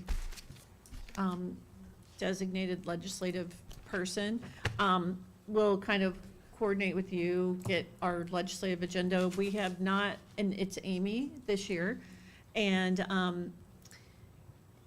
so once we need to schedule something, if you can get with the superintendent, talk about where FSBA is with their legislative platform and development, and then we probably need to schedule a meeting of our own. Probably sit down with the superintendent and talk about if there are specific funding ideas that the district has that we want to try to get funding separate outside of FEFP. And what that looks like, any projects that we would like to try to implement, or, you know, additions, things like that. So we'll probably need to have a meeting pretty quick, you know, probably in August. Yep. But we need to start having the conversation. We need to get it together so we can start having the conversations with our delegation as well. And that's what I was gonna say, so one of those things, just so you know, as it relates to a funding request, the House still requires a form to be submitted. They're no longer making those House bills as they did in years past. That rule was changed. The form is very similar to the Senate form, but there are deadlines to get those in advance of a formal bill filing deadline. It'll probably sometime in December, so ideally, we're not rushing to the finish. This is something like by late September, talking to sponsors here, because you want to get somebody local if you can, to file it, just because it's a little bit more impactful. It's home for them. And get that done, to have them push it forward, submit it, and then be working with the committee chairs and vice chairs to have those discussions. Yeah, we want to get it before they get busy in Tallahassee. So, yeah. Well, thank you, Greg. We really appreciate you coming. Thank you. And we'll be back in touch Yeah. with Sounds our good. priorities. Thank you. Thank you. Thank you. Thank you, Greg. So, Madam Chair, at what point will the board be discussing legislative priorities then? Well, that's what I was just talking, when I told Amy to get together with the superintendent, come up with some dates. Once we're kind of guided, FSBA, we kind of, not that we have to, but we don't typically follow FSBA 100%, but we kind of want to know what their timeline is as well. So if we have joint priorities as we formulate, but I think our funding piece, we need to talk about sooner rather than later. So probably maybe our next workshop, we'll And- add that to the agenda. And so I think that's good as far as the legislative, the bill piece. But I think we need to discuss with Greg at some point the possibility of a line item for something. Say it's in the marine workforce, or whether it's in aviation workforce, or something along those lines, you know, that you mentioned last year or the year before, you know, where you can get the line item, which would have nothing to do with FSBA, nothing to do with anybody else, but what that looks like. I mean, we need to kind of understand if there's any interest from the board in doing that and trying to get that, what we need to make it look like, Well, so that that's what it's- he was saying. We need to meet with our representatives, our local delegation, to get buy-in, number one, if there is a project.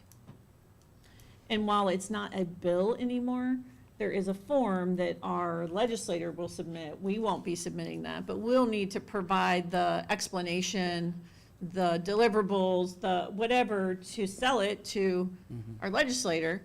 Well, and when I say an idea or a funding request should be kind of well-defined, right? I mean, my wife gets mad at me. When I cook, I just cook, right? It's like I throw whatever in.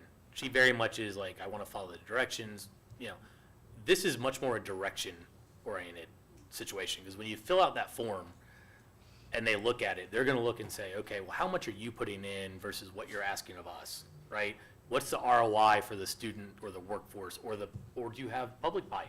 You know, is there some corporate entity, or some, you know, is the community college, you know, state university that's here, are they lacking in this field, but they'd like to have a feeder program for X, right? I use marine because you've got so much water around, and the maritime stuff, and just everything with aquaculture and everything. But it could be anything. Like, I mean, it could be any number of things if that's what you guys come up with, right? But when I say targeted, you know, we can't just go in and be like, hey, we want $45 million to do workforce incentives. They're like, well, okay, I want a pony, and, you know, we don't have that money. But if you say, hey, we need $850,000 to step up or to stand up, and I'm going to pick on these guys because I just heard them here, and I think it's cool, the robotics program, right? We have if that's what makes them successful, and all of a sudden Martin County is the best county in the state with robotics. And we you- are. We are. Okay.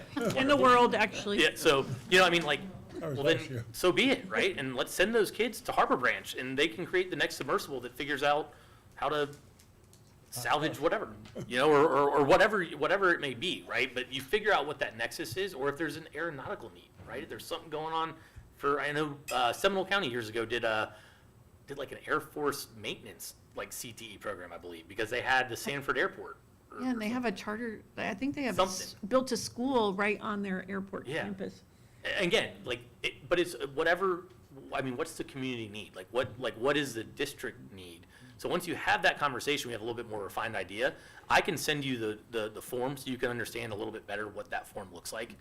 You have to affirm and sign, somebody does it, it'd probably be you or somebody at the district, Carter or whoever, that you're gonna use the dollars as you say, right? Because if it's successful, they wanna hold you to it. It kinda helps form then the contract from the issuing agency, whether that's, if it's airport, DOT, or DOE. It doesn't have to be DOE. It could be FWC if it's water, but, so that kind of thing. But I think, in the next 6-8 weeks, I mean, you all need to have a very concrete idea of what we're asking of local delegation, and if we can get buy-in for them to support that.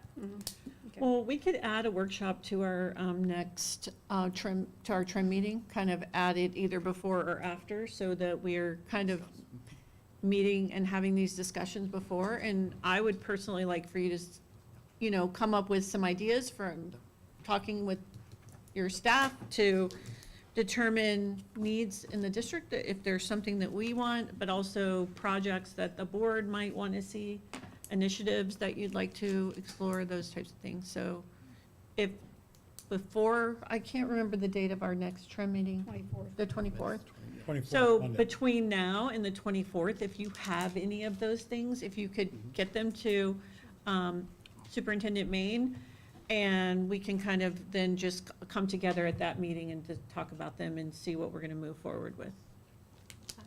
And then we'll start having the conversations with our delegation. How's that? Good. Perfect. All right. Thank you. Thanks. See y'all. Thanks, So I want to take things a little bit out of order because we're going to have to take a break before we do the student code of conduct. But I want to give Mr. DiTerlizzi, I know there are people here from SPAM, and I wanted to give Mr. DiTerlizzi the floor to talk about, and give the board an update on what's happening. I know this is something that is near and dear to all of us. Thank you, Madam Chairman. What I'm passing around is let me just give a little background. I know we've all been interested in finding a home for SPAM. And last week, we met, Mr. Frangella and I met with the 5 members of this board from SPAM, and we toured the new school district facility, the headquarters, in that back room. And SPAM was kind enough to, we talked about a possibility of partnering with the SPAM organization and bringing them into the district as a supported program of the school district. And there was some interest. I thought there was quite a bit of interest. And so I've asked them, they've actually toured the facility, measured the facility, and come up with a site plan on the interior of the building, which is the back piece behind the new boardroom. There's 2 units back there, 2 big warehouse spaces. And so we brought this forward. I'd like to ask Mr. Maine to say a few words about it. He and I have spoken about it. He had not met yet, but we plan to meet next week with the folks from SPAM. There are 2 here right now that if you'd like to ask any questions, because they actually drew these plans. And the goal would be to become a sponsor, and I'll let Mr. Maine go ahead and elaborate a little bit more on it. But I'm thankful for these guys. This was very quick turnaround and a lot more than I expected from you guys. So, not that you aren't qualified to do it, but I didn't expect you to go that far. So, if Mr. Maine? Yes, thank you, Mr. DiTrelisi. I had the opportunity to go out and visit their location, current location on the fairgrounds with Mr. Troy LaBarbera, met the entire team, and it just completely blew me away, as it has all of you. I think I would like to see the school district, as I know all of you would, to really step up and support them. In the years past, in talking to them, we used to donate money to them and be supporters of them. And now I think it's an opportunity for us, since a majority of our students, including some of our charter students, are part of the robotics team. And so this, I fully endorse this. The space is there. There are big needs, significant needs, particularly with electric and things, and when the weather is not good at the fairgrounds, they're oftentimes having to, move around and do things to handle those things. So what I'm proposing next week, after speaking with Mike, is to get with Brian, to get with Mark Seacrest, Mark Coco, and go out and actually re-walk it again. Mike had the opportunity to walk with them last week, and I was not available, so we'll walk the building, make sure that according to their site plan, that we have proper egress, bathroom locations, whatever we would need to do, the proper electrical. I don't think the electrical is going to be an issue, because it used to be where the old printing presses were when it was the newsroom agencies, so the electrical piece, that it needed a lot of electrical to run those machines. So I think there would be very minimal on our part of what we would need to do to simply just allow them to use the space and make sure that it's safe, that there's proper entry and exit ways for them as needed, and access to what they needed to move their equipment in. And make sure that it's done according to the plan, and make sure that liability and all of that from that standpoint is handled the right way, so. And this facility in the back, it's about 130 feet long by about 50 feet wide. It's got 28-foot ceilings. It's a giant room, and if you've been to the fairgrounds, I think several of you have been to their site at the fairgrounds, I think they're 7-foot ceilings, maybe 8 at the max, but these robots are giant, and many of you have seen the robots. And their ability to operate and practice and do the things they really need to do to be totally, it's amazing how they're so successful today without the facilities that are really necessary. Even at South Fork, that was nothing compared to this back room. These guys could be, world champions, not only a couple of years ago, but, from years into the future, because this facility would be ideal for them. It'd be ideal for their growth in their programs, and maybe would you be okay if maybe somebody wanted to say a few words from SPAM? Sure. Which one of you got? You can both come on up, right to the podium. So first of all, just let me say thank you. We really appreciate the opportunity, and we're, Please put your names in the record. my name is James Jones. I'm the president of SPAM. My name is Christian Pollack. I'm a mentor. And, I think you've pretty much stated all the things that we've been discussing, that, we've been grateful to have the facility at the fairgrounds, but it does limit us, particularly this time of year. It's pretty much unusable because it is air conditioned. And I think there's a lot of advantages, for Martin County to have a world-class STEM robotics facility, which that space could be turned into. I think it helps you attract, even potential faculty that are, have a commitment and passion for robotics, to see what Martin County has offered and provided for the community. So the plan is there. We can certainly work with you on the plan and identify any questions or help with answer any questions you may have. And we're really excited to, partner back up with the school system again, if all this can be made to come to fruition. Are there any questions? Can you tell the public how many kids you have involved in the program right now? So currently, it's about 40 students on the roster. In the past, prior to COVID, it had been up to 70. And so we've been in the process of building that back up. I actually think one of the reasons we don't have more is the facility. They come out and see that they may be working in no air conditioning and things like that. It may be a discouragement to some people. Yeah. But, and we have been trending up after COVID. So, and we've also got a lot of new mentors that are coming to help out the team. So I think we're really seeing a positive future for the teams in terms of sustainability. And I think that this facility would just would really make that all possible. And the age group that you work with? So the particular robotics, okay, SPAM is a high school program. We also do support and facilitate other programs for other age groups. So the organization that sponsors the competition that we're part of has programs for everything through preschool to elementary to middle school and then up to high school, which is what we do. So actually what our team does is we'll volunteer and we'll set up Lego League competitions in the county. And we've also mentored other teams in other age groups. So while the particular members are for high school age, the particular members are high school aged, they are helping, encourage other age groups to go into STEM and to get excited about science and math and technology and what they can build with their hands, and what they can do. Thank you. One thing to note that I think I'd be remiss to say is the number of students that go on to work for FPL and local engineering firms that then come back to mentor.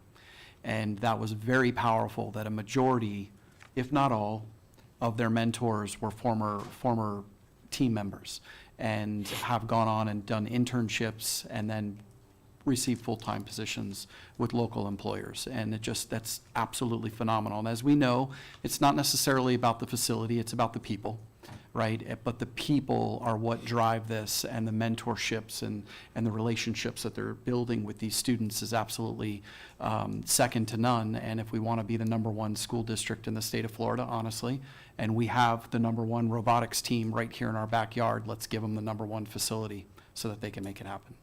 So. Ms. Roberts? So, I don't know if you all are aware, but in the past, we did the Lego League thing, and it was run through the Education Foundation, and it was an after-school club type of thing. That was what.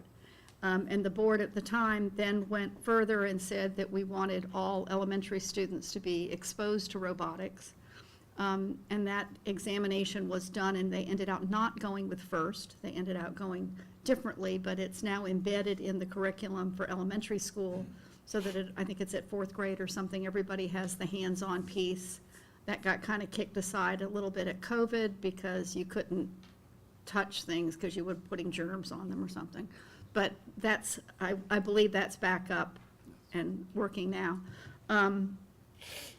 And my question, I guess, or my comment is more that I know when Mr. Soviero was at Jensen Beach High School, that a lot of his students were then SPAM participants, because there were classes they were taking at Jensen Beach High School that then fed into what was happening. And I think Vex Robotics might have been involved a little bit at the same time, that type of thing. But the comment I'm making is that as we're looking at branding or finding differences between our schools, it might be a potential to look at that if you had one of the schools or any of the schools that here, this is the robotics or the kind of like an engineering brand on that school, that particular high school, so that if you were looking for engineering, that would be where your signature program would be embedded, that we might have public school students that would then be going to that school to take those supplemental courses and then also be SPAM members. So right now, when you have 40 or even when you had 70, what % of those were, I know a lot of those were homeschooled, a lot of those were not traditional I'd say the vast majority were public school students. and still are? Yeah, yes. Okay. Yes. And most of them are going to do you know which high school they're mostly going to? Okay, I don't have the numbers in front of me. It's a mix of mostly Martin County and South Fork, I would say, with some Okay. Jensen Beach. And Clark has also been usually a pretty big percentage. Okay. It varies from year to year. But that information, if your roster of members can be shared with the superintendent so he can see which school has which, whether it's by grade level or whatever, what grade level kids are at the schools and what they're actually doing. I mean, I think We it's can certainly put that together. I think that would be, has Mark Seacrest seen this, and is there a price on this yet? Mark Seacrest is on vacation, so that's the reason we are scheduling the meeting for next week when he returns. And at that point, we'll take the plan and walk the building and come up with a cost measure for this, yeah. Okay. So FPNL, or a member from FPNL has been involved was actually in the tour with us. And FPNL will probably commit to some of, like, especially the electrical work, things like that, that's necessary to get this thing to where it needs to be. I'm sure there'll probably be some requirements on us, because if you know the building out back, that's where we store testing, tests and all this other really sensitive information. So we may have to build some access within this and maybe change the site plan around a little bit so that we create lockable areas where students can't just go in that back room, even though everything's under lock and key back there. We don't want any access to that back room that nobody should be there. So we're looking at that. There's also, and we did talk about some commitment from their donors, and we talked about Florida Power and Light being a donor to this. They talked about being able to build out some of it themselves. I'm sure we could provide some, because we have our own building people that can do that. And we don't really believe there's a lot of work here. I think the biggest part of the work here is maybe building some hallways and building out a bathroom. And they've verbally said that they'd be interested in building out the bathroom, which would give them access to a unisex bathroom within the facility right there, without going into the new bathrooms behind the boardroom or anything like that. They would be badged access. And then I noticed on this sheet you sent out today, on the pages aren't numbered, I think the third page, it shows machines from South Fork High School, tools from the fairgrounds. It's like a little machine shop. And I think as we continue to grow our career technical academies, this is a great opportunity for students to be able to learn how to build things with metal. And that may even be able to get some metalworking opportunities in career technical, because the students come after school, they're not there during the day. So there might be some opportunities. Being centrally located between the three high schools would also be pretty good to be able to get students from all over.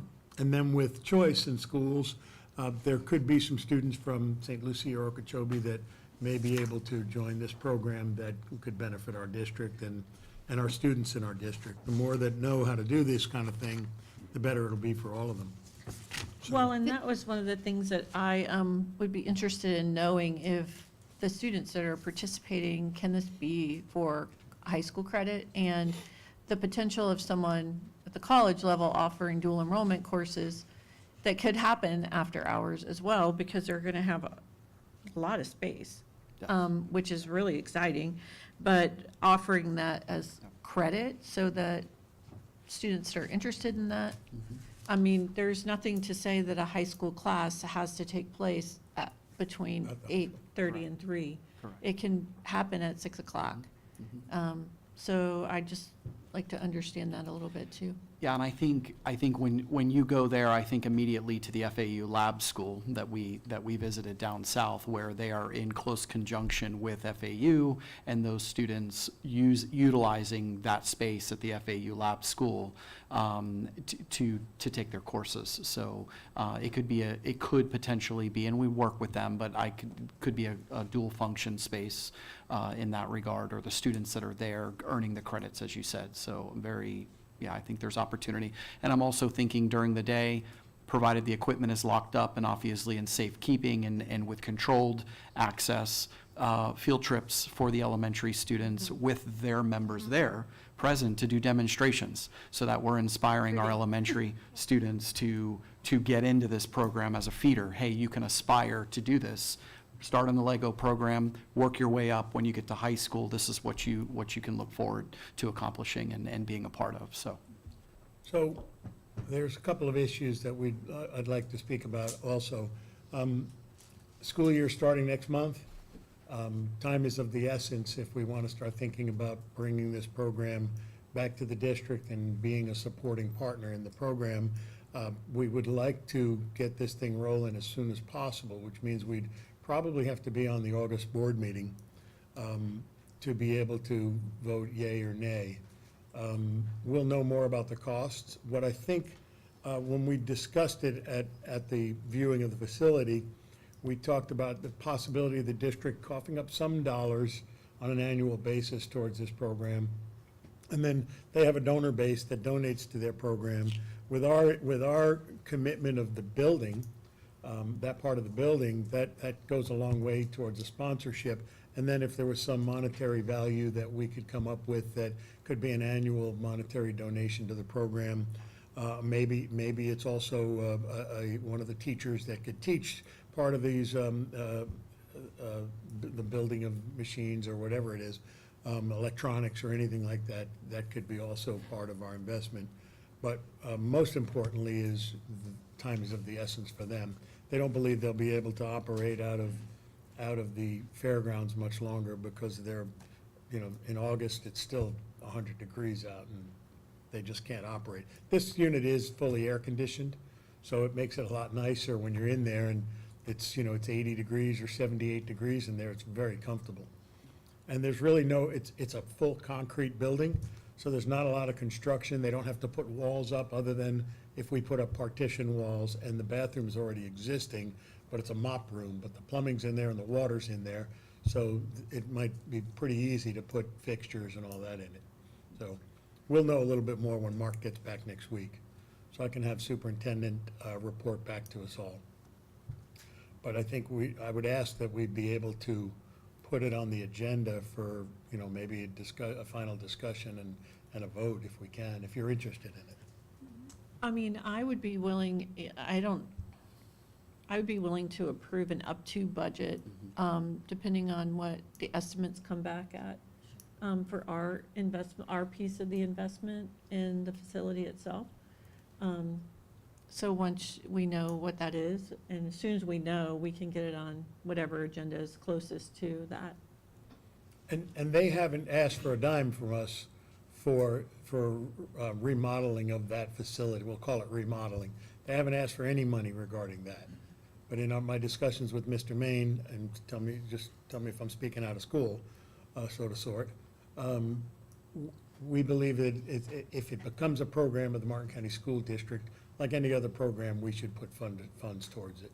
Well, and I think if we're going to create permanent facilities that are going to benefit the school district, that we participate in that. I don't think, honestly, they could be there 5 years and they've invested. So I think we're still going to have a bathroom if they're not there.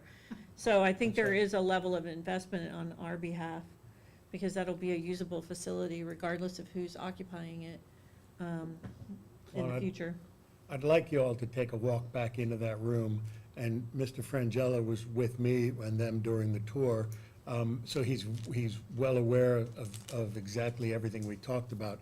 There is access to the new bathrooms that are behind the boardroom, or kind of in front of the boardroom, off to the side. There is full bathrooms there that could possibly be used, but there's a lot of doorways. There's an elevator that goes upstairs and goes into the main office. So everything could be key coded and they might not have access to it.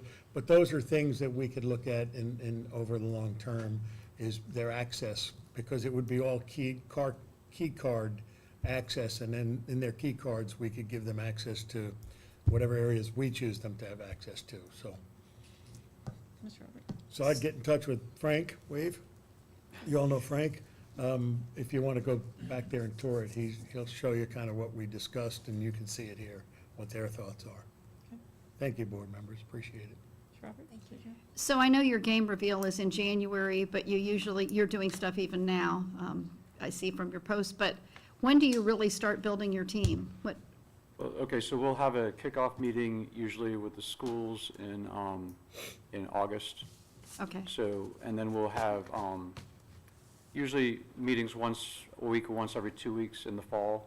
right. Yeah, just to try to get everybody, familiar with the program and get them trained on as many machines as we can and get them prepared for, and then there's some off-season competitions. And, Right. but yes, January is when it's really crunch time, so, right, January we would not want to be in the middle of a move. Right, you would want to have all the coding pieces and all those little Right. sessions all over with. So I also know that in the past, like, so for instance, when you did the South Florida Regional, that Maureen Wilt with Florida Power and Light arranged for I want to call it the mobile machine shop that Florida Power and Light sometimes sends. Yes. So is there also a way that you can let the superintendent know what machining equipment you have, whether it's lathes, whatever it is, and what things you're really lacking? Like, maybe there is an opportunity, as we're talking about line items on the, getting Greg to work for a line item thing, that if we have a facility, if we have a track record, if we have all this, and it's, even if it's a small number, that, you know, if there's certain pieces of equipment that would help build that out more completely, I think that would We can be, certainly do that. And that I would be think, helpful to know those things. Yeah, and there's been talk about, you know, the benefits of a mobile machine shop to the county would be that if you did want to start a program at any school, you could just move it there. Right. Or whatever, instead of maybe having people come here. But, Right, but either way, whether the machinery is installed in the spot, or whether it's, I'm just thinking that, I know that some of the things that those mobile machine shop people had were equipment that SPAM did not have. That's That- correct, yes. That they had they could do something quicker, faster, and more efficiently because of the equipment that was Yeah. in the mobile machine shop that you couldn't necessarily do, even if you had your equipment with you to be building something. Right. It was a different, it Yeah, was a much of our different equipment piece. was World War II era equipment, along with some new stuff that we bought, some CNC stuff. But, yeah, we can certainly put together a list of what equipment we would think would give the students some better opportunities to interact with some modern equipment. Right, and I know that it kind of goes without saying, but I know that SPAM has, actually FIRST has very high protocols as far as safety and the safety officer and all that other type of piece. Right. But I think all of that documentation needs to also be shared with the district, because if we're going to be putting those things, I mean, I think it was a little bit looser back in the South Fork days, but now that we're dealing more with liability issues, it would be something that we would need to know, so that whether it becomes something that we adopt, something that we post, something that we, you know, however that piece works, because, Okay. you know, and I'm not so much concerned, I know that as far as the mentors go, and as far as the people actually in the SPAM program go, that isn't an issue when you're actually using your equipment and doing that there.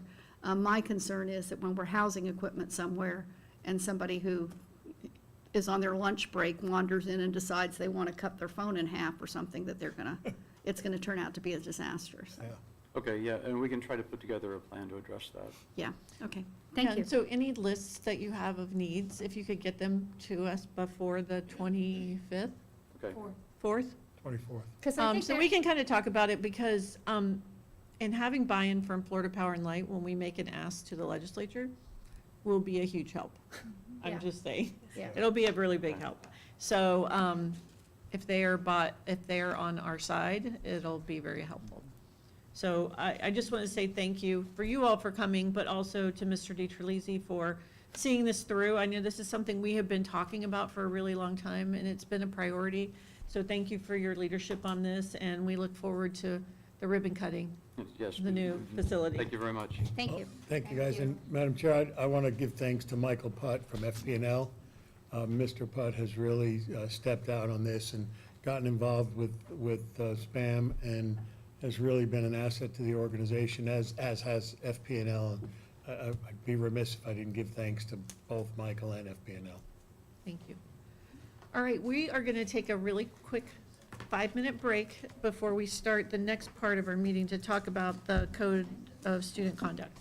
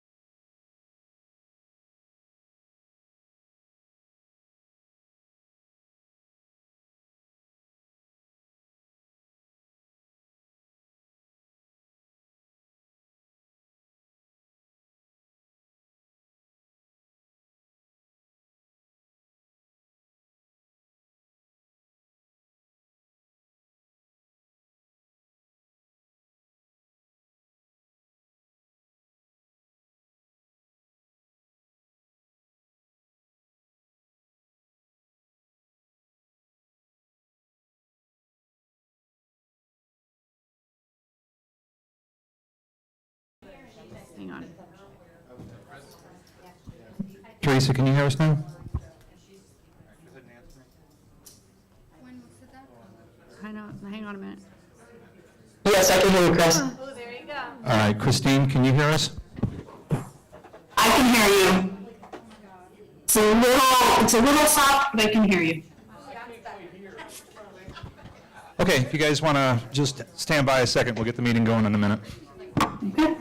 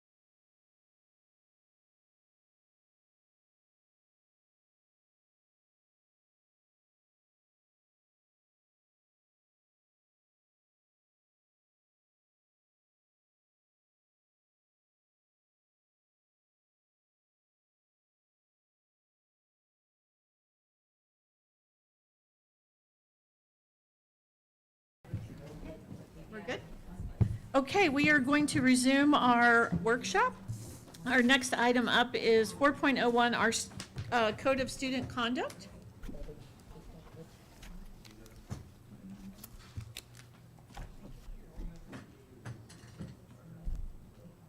Do we have a presentation, or are we just question and answer? Teresa is going to, should be leading, is Teresa on there? Yeah. Okay. Ms. Iannucci, do you have a presentation? No, ma'am, I have Ms. Christine Schroed here to answer any questions, which I believe there were questions regarding the directory information. Did you want to, did you have questions? So, yeah, so I had this handout that you just gave me, that's 130-something pages long. This one, the 130-page long thing that you just gave me this morning, does not look like the agenda packet that you put in my box that goes to 98 pages. Correct. So the one that you have that was just given to you today is the red line version. Okay, except, all right, so except in the one that we're given today, when I go to the back of it, it was my understanding that page 129, right, that is the disclaimer or the receipt of the code of conduct. It says this is a parent and student acknowledgement. It says it's been written so that students and faculty, you need to return this. It has 3 boxes you can check. The parent signs it and the student signs it. And that was the end. That was the end of that's where I thought we had landed when we had talked about this last time, is that we were ending it there, and that everything else was being handled with whether it was that you can take my picture, you can't take my picture, you can, I mean, all the other little parent things that we had tried to load into here. Can I be interviewed and photographed? Can I put pictures in a yearbook? All that other stuff was going to be handled separately as a form thing, which my understanding was the directory was also going to be handled that way. So parents would then have the ability to say, I don't want my information disclosed, I do want my information disclosed, that sort of thing. And that we were removing, which you did, removing the thing that was put in here that said about the directory, that was coming out. And that in return, all should be getting at the back is the 1-page, check one of these boxes about how I got my student code of conduct or not. So Correct. my concern now is that this new one that's supposed to be redlined doesn't have red lines on page 130. So you've got, I want my report card electronically, my photo media release, my yearbook pictures, my high school student, those things. I thought all these were coming out of the code of conduct, because it isn't really where they go, and that there were just going to be the normal online forms piece. Ms. Robertson, I can speak to that. That is correct. If you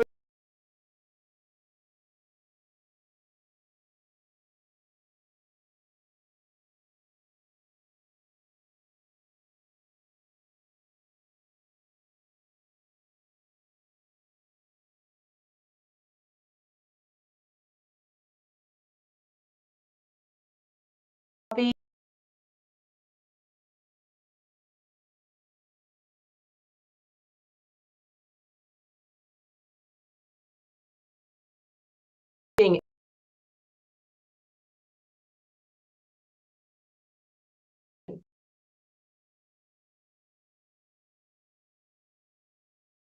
we used and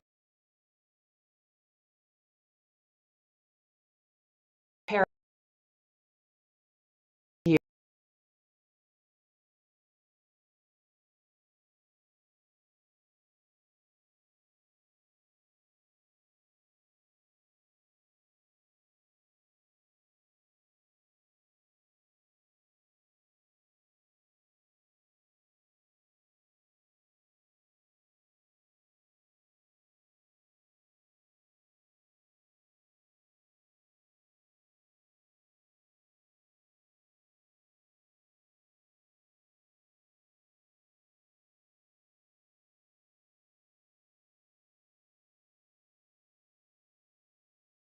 students' records policy, which is completely separate, but I don't think the statement that Ms. Schroed and Mr. Harmon, which it's my understanding, they said, oh, we want this page in here about the directory, which is the thing that caused everybody heart failure, because when you read it, it made it seem like, oh, we can collect this information and start giving it out to people. And sell it, too. And do whatever we want. So the board's direction, last time we had this, Ms. Schroed, if you weren't aware, was to remove that from the code of conduct, not put that in there, even though we understand you're recommending that it go in, and that we would have a form, the same way that we have a form of, do I want my report card?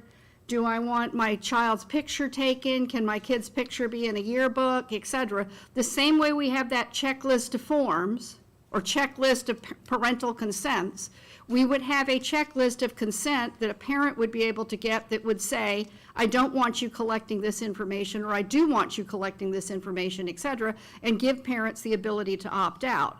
But we didn't want it at that time in our code of conduct. So that's the direction that we had given. Well, I don't think that, we have this information. It's not about collecting it. We have the information. It's what we, as a school district, do with that information, that parents have a right to say yes or no, I don't want my child's birth date.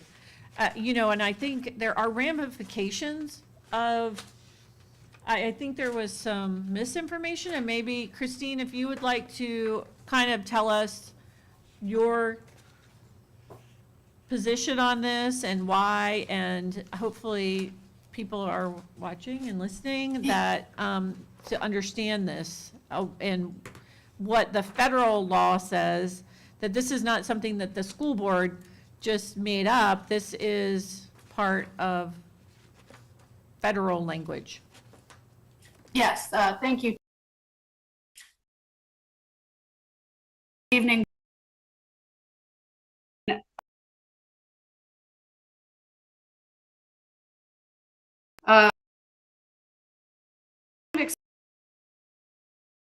General include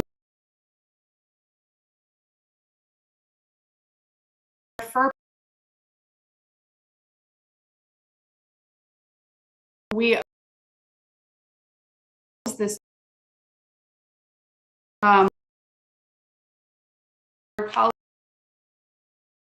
so directory my understanding that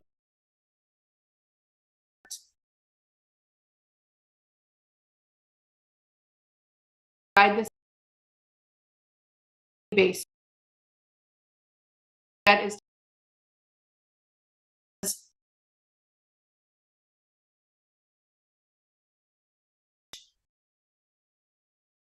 another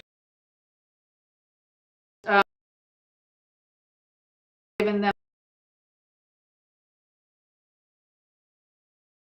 this we are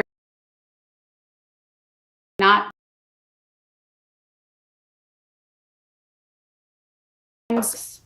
class rings, for example, we would provide the company with that information so that they could contact families and say, hey, we've got this product or we've got this service. Now, generally, I think one thing that is helpful to understand and to assuage any concerns that people may have about, people selling student information, when we have these vendor contracts, in my experience, I always ensured that there were provisions that the vendor did not redisclose any student directory information, that once they were done with it, that information was destroyed. So those are some additional safeguards that we generally would put into place. But it is very beneficial to have the form and to have parents, we have to provide them the information that they can opt in or out. But if they opt out, then they won't be able to get that information. So that's why we generally include it in the student code of conduct. It provides that information. It says, here's what the school board designates as directory information. It looks like in your policy, it's name, photograph, address, telephone number, email address, date and place of birth, participation in sports, height and weight, all of that information. And it is up to the board if you want to alter that policy to include less information, you can certainly do that as well. It's really at the So- board's pleasure. So Christine, the part that was concerning was the sentence that starts off that says, "The district shall make available upon request certain information known as directory information without prior permission of the parents or the eligible student." And then it goes on to define how we define directory information. Not But- just we, but that's a federal definition. of Sure, so that's directory. directory information, but it said, I mean, your very first sentence says, "The district shall make available upon request certain information known as directory information without prior permission of the parents or the eligible student." And I agree that that language, the shall versus the may, that might be something that the board wants to consider changing. It's not mandatory that the board, upon request, makes that information available. I think the verbiage of may gives the leeway for administration to make those determinations on a case-by-case basis. For example, cap and gowns, student So- yearbooks, So is, those types of situations. is the required piece the paragraph that says, "In accordance with federal law, the district shall release the names, addresses, email addresses, if available, and telephones for students in grade 10 through 12 to a recruiting officer"? Is that, I mean, it doesn't, the way, the piece of paper or the information that was provided to us on page 57 in green does not delineate, these are the things that are federally required that you will have to do, and then tell a parent whether they have the right to opt out. Instead, it makes it look like somebody can call up and ask for it, and we shall give it. I can see how you read it that way, absolutely, but a parent can opt out of providing that information to military recruiters if that's what they want to do. I think, per the statute, we have to let the parents know the types of personally identifiable information, the parent's right to refuse to let us disclose that information, so that's the opt-in or opt-out, and then the period of time that the parent has to notify the agency that they wish the directory information not be disclosed. So this says, on the federal definition of directory information is, directory information is information contained in the education records of students that would not generally be considered harmful or invasion of privacy if disclosed. Typically, directory information includes information such as name, address, telephone listing, date and place of birth, participation in officially recognized activities and sports, and dates of attendance. A school may disclose directory information to third parties without consent if it has given public notice of the types of information which it has designated as directory information. The parents or eligible students' right to restrict the disclosure of such information and the period of time within which a parent or eligible student has to notify the school in writing that he or she does not want any or all of those types of information designated as directory information. So there's two things. We have to give notice that we will do that, and then we have to give the form that says, here's what we consider directory information. You tell us what you want to opt out of. And I guess my concern, Christine, is like, for example, if a student is on a sports team and they take a picture and they ask the school, okay, and the parent opts out, we can't provide that student's information, correct? Correct. Or publishing a roster for a sporting event. If they opt out, they cannot have their student's name, height, grade, well, all of those things that, But they don't necessarily need to opt out of everything. I mean, you could say that if it's a sport, I mean, in your opt-out form, which we don't have yet, we could say on the opt-out form, if my student is participating in a sporting event, this is the information that I'm willing to provide. My child is a junior and his name is George Jones.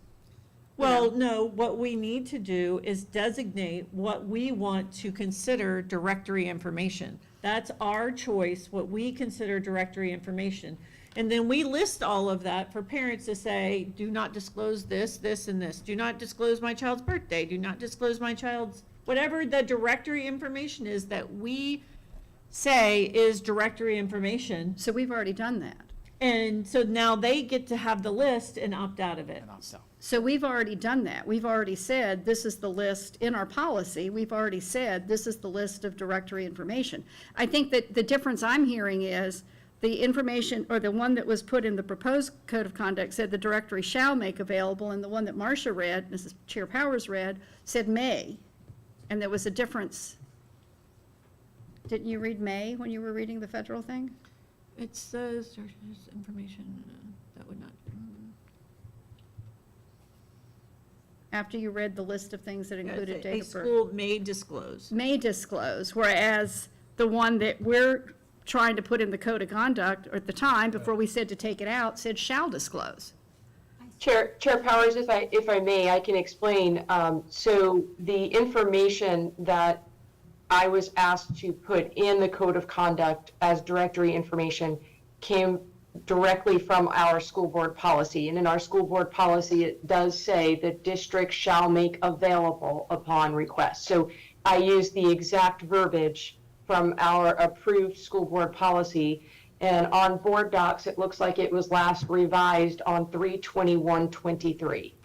Well, and I think that for parents, in the code of conduct, as part of the public notice that we're giving, that we may disclose directory information to third parties without consent, but if they have opted out, then that information will not be disclosed. So here's what we consider, and so the opt-out form is, I can see both, I can kind of see both sides, that maybe we need to tweak the language of the, well, what's in the code of conduct, because if we're not, we will not disclose it if a parent opts out. So the shall shouldn't be there. Right, but I don't, I like what Ms. Roberts said, you know, his name is whatever, you know, James Johnson, and he's a junior in high school. Why do we have to give a picture, an address? I mean. How much they weigh, how tall they are? Yeah, I mean. Where they were born?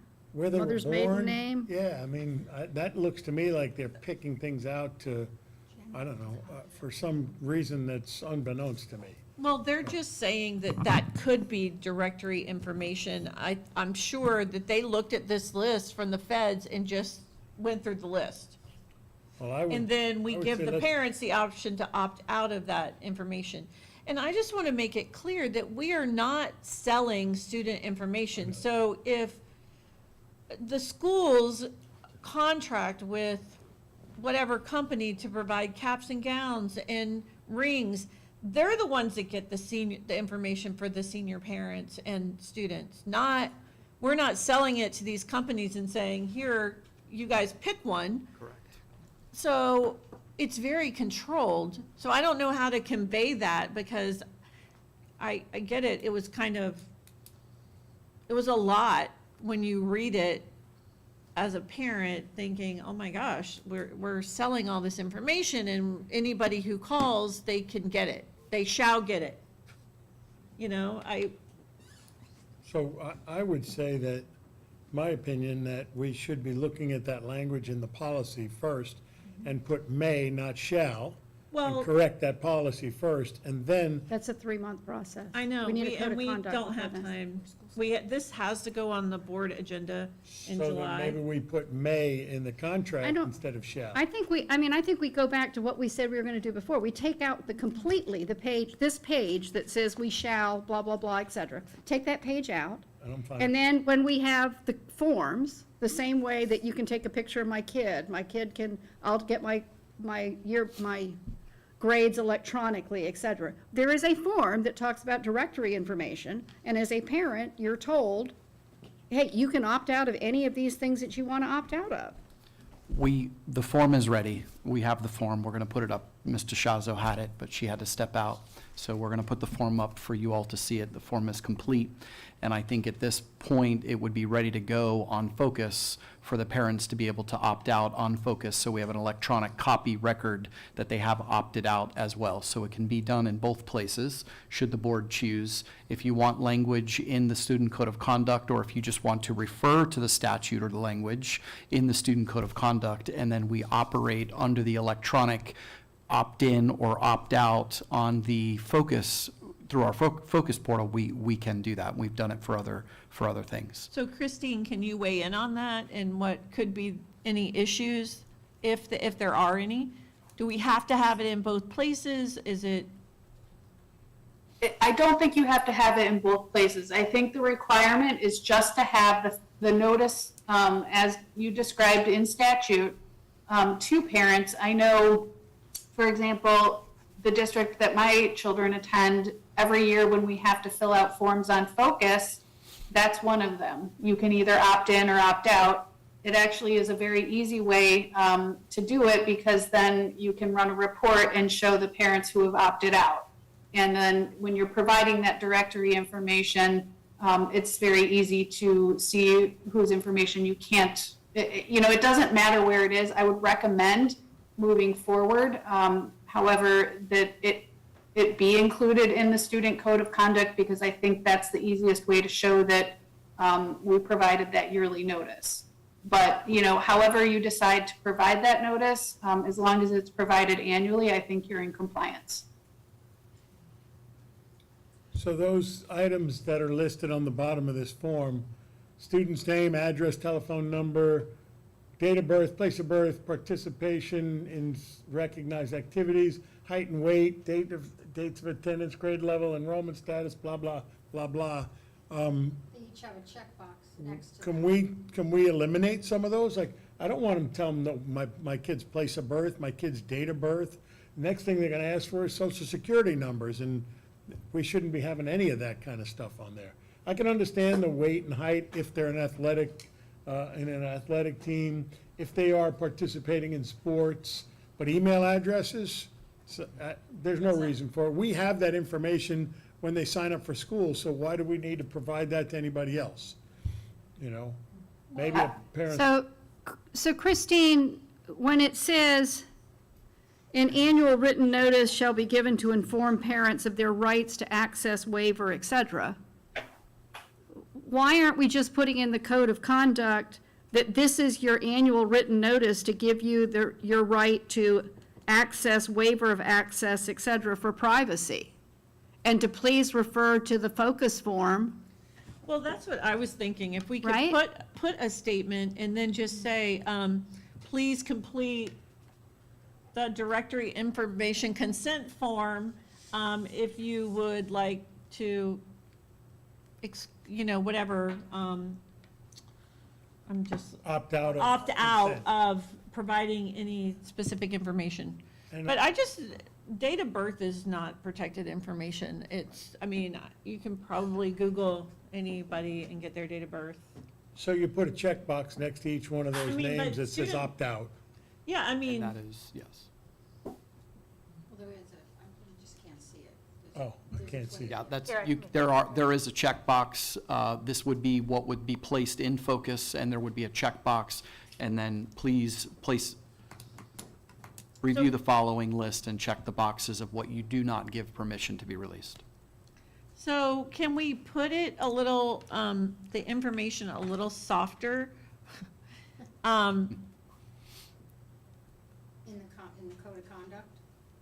In the Code of Conduct, and then reference this form, parents have the right to opt out. Please complete this form in Focus or whatever, that to satisfy the notification, annual notification requirement, but then also making sure that they know where to go to opt out of any information. And then we can go back to our policy and figure out if we want to remove some of the things that are listed. I'm with you. This is all the federal definition of directory information. So all of those items are allowed to be shared. It doesn't mean we have to, but they're allowed. But I think it is going to be important that parents have to understand that they're not going to get an email when it's time to order their child's cap and gown. And they may not get a notification that it's time to order their class ring, or, hey, it's, If you opt out. if you opt out, those are the things that and I understand the hesitation, but that's, So So, can we ensure that our contracts with those vendors does state They do that they're say not that. allowed? I They know do. she did say it, but I just want to They be do. ensured Yeah. that they can't use that information for profit. I wrote it down for us to check for those provisions, but well, and ensuring parents that we are not selling their students' Or giving it away. information, or just giving it out to organizations unless there is a benefit right. to students. We are not profiting from it, we are, Can we add language that states if you opt out and Yeah. you're a senior or junior, you're in 10th grade and they're preparing to get their rings for their junior year, like, you will not get this information. That way it's maybe put in bold so that they understand, once they opt out. well, I that's think the- that should go on the opt-out Yeah. form. Yep, it we're should be on notating the that. form. Yep.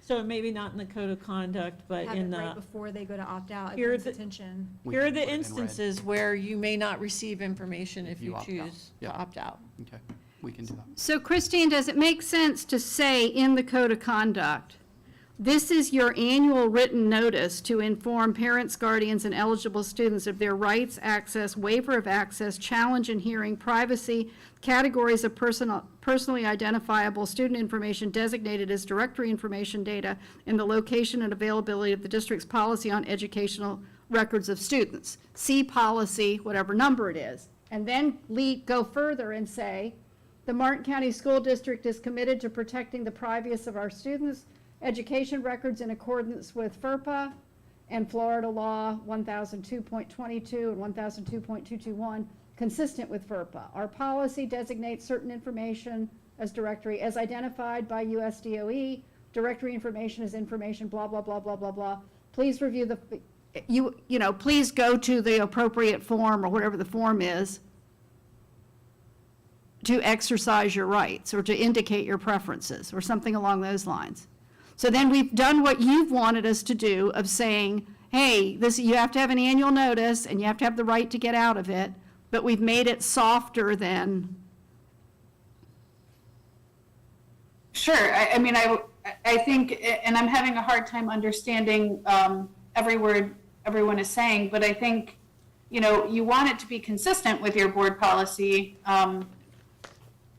So if you change the board policy, then next year's code of conduct should have the same or similar language. But yes, I think as long as you give the information, you can reference the board policy if they want additional information. I think it's sufficient. Well, I think that we're going to move forward with changing the shall to may. But I don't want shall published because if, we will not release that information if a parent opts out. So the shall is just not appropriate. We may if they allow us to. So I just think it's like almost a Scribner's issue with that policy. I don't know that it's something that is so substantial that we would have to go through the whole process. We check with our attorney on that.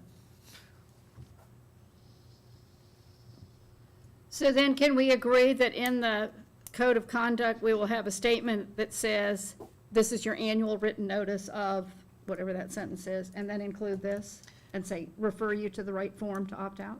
Yeah, so Is that what- Christine, if you, Focus portal Yeah. to complete And we'll have the form and the We can form push it number or out. whatever. So, Yeah. yes. And, Put a link. Christine, if you want, we can work on, I'm happy to work with you on some language, that, and we can share it, the superintendent can share it out with the board and just make sure that everybody, if nobody has any changes to it, once we kind of get a draft, then we can put it in the code of conduct that will be on the board agenda, July 18th. That sounds good. Thank you. Thank you. Are there any other questions about the code of conduct, What's July 18th? We have a meeting our board meeting? a week from today. Oh, okay, I'm sorry, the 24th is our Trim. trim meeting. Okay, I'm sorry. It's on my calendar, sorry. All right, well, thank you all very much. Thank you. We'll be in touch, Christine. Okay, thank you, everyone. Thank you. Thank you.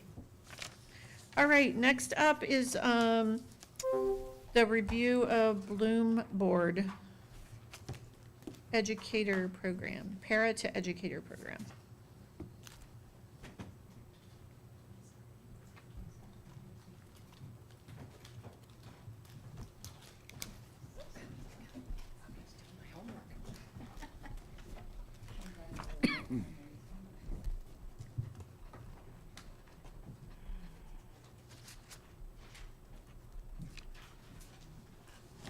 We taking a break, or are we doing this? Huh? Is it a break? Great presentation. Good evening, Madam Chair, board members, Superintendent Maine. I'm Julie Sessa, Assistant Superintendent of Human Resources. And I'm here tonight to talk to you a little bit about pipeline for teachers. And when we have our July 18th meeting, we have a few more contracts that we're looking at for pipeline for teachers. And in human resources, what we're trying to do is make it bigger and better. Right now with FAU, we had one teacher this semester, and we're working on one teacher through Indian River State College with the STAR program that we'll be looking at the July 18th meeting. However, we have 45 educational paraprofessionals with AA degrees. And through an interest survey, 28 of them are very interested in getting their teaching degree and working right here in Martin County School District as teachers.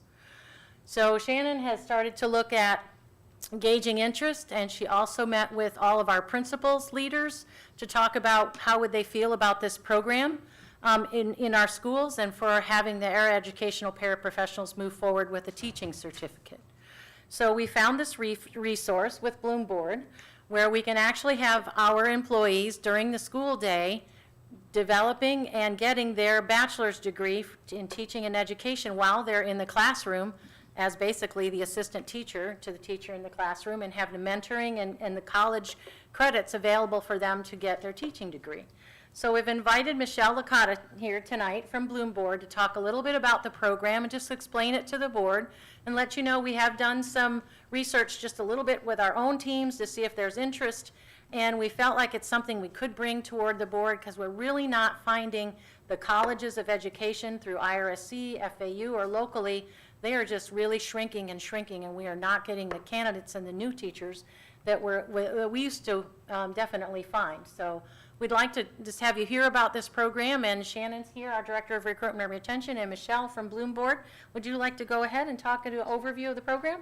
Great. Thank you. I don't know, can you hear me? Yes, okay, I'm so short, I never knew. Here, this works. Thank you. As Julie said, I am Michelle Licata, and thank you so much for your time this evening.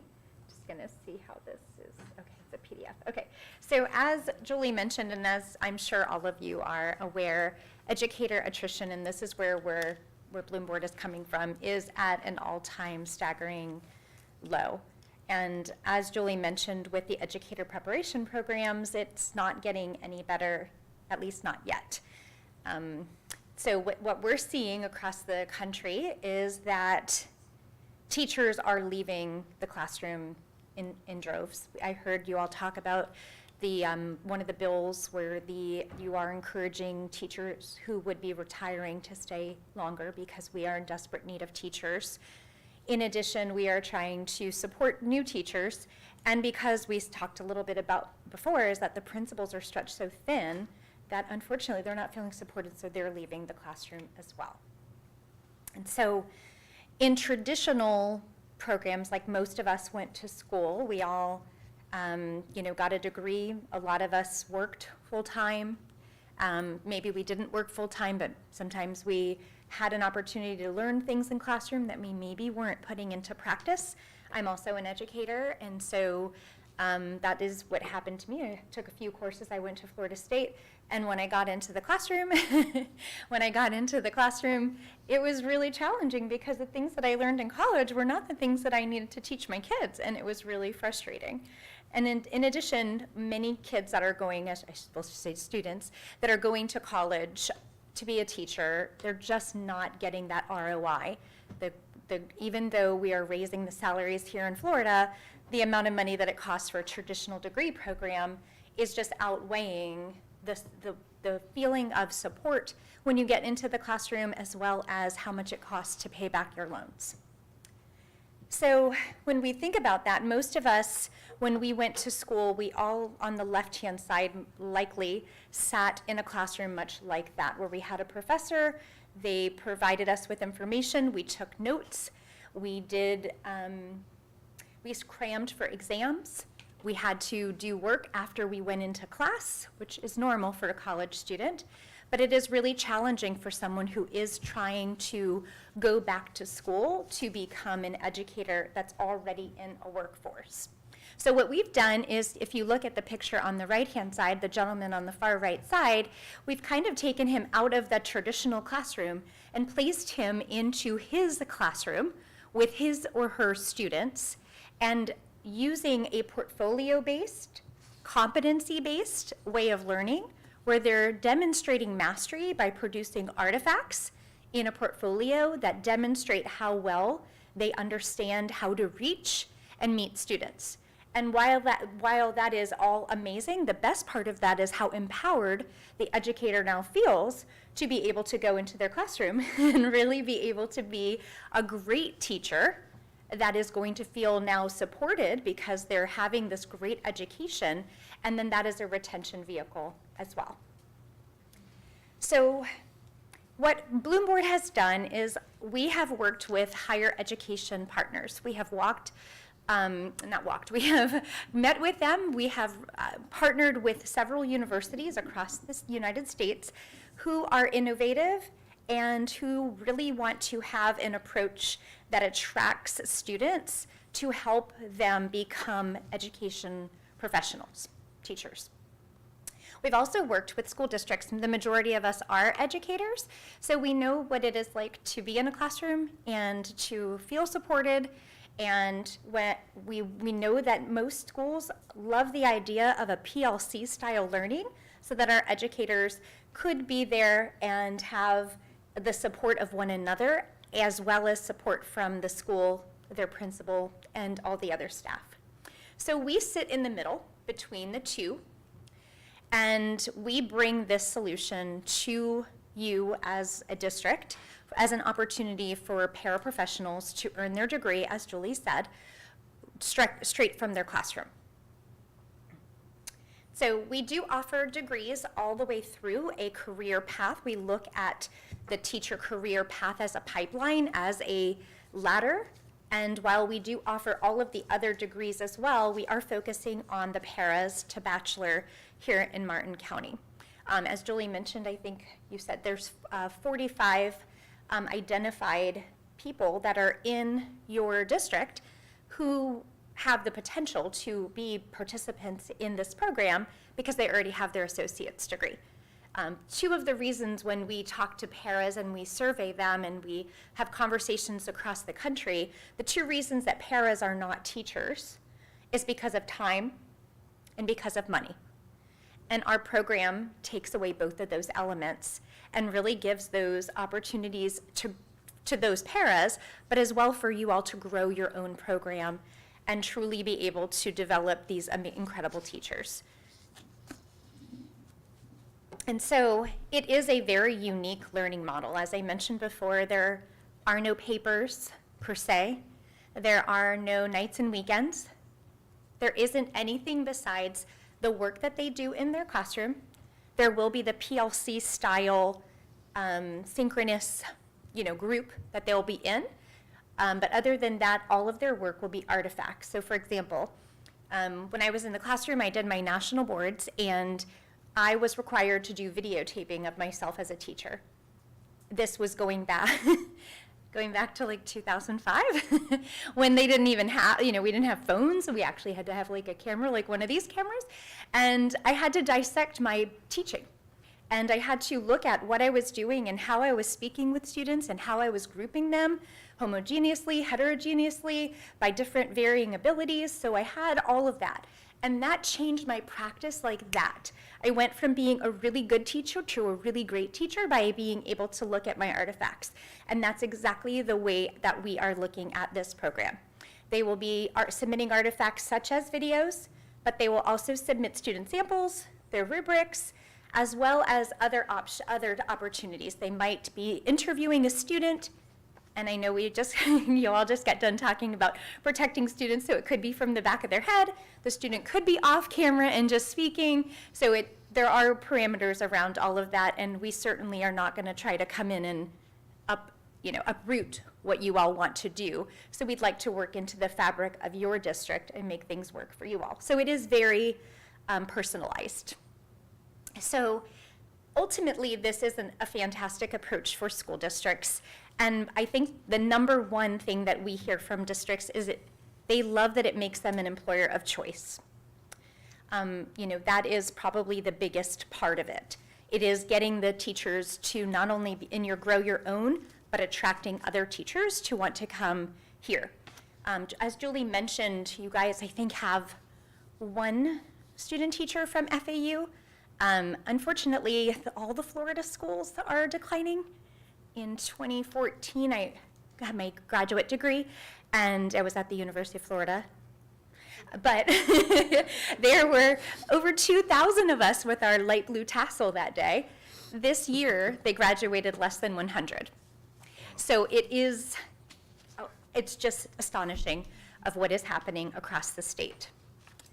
So basically, we do have 2 different degree programs. I know this slide is super, super tiny, but overall what it is just outlining what what degrees we offer. We have 2 degrees that we offer, and first one, as of right now, is a Bachelor of Arts in Intervention Specialist, mild to medium, and mild to moderate, and that is for more of the special population. That would be a program that would be designed for those educators who are kindergarten through 12th grade.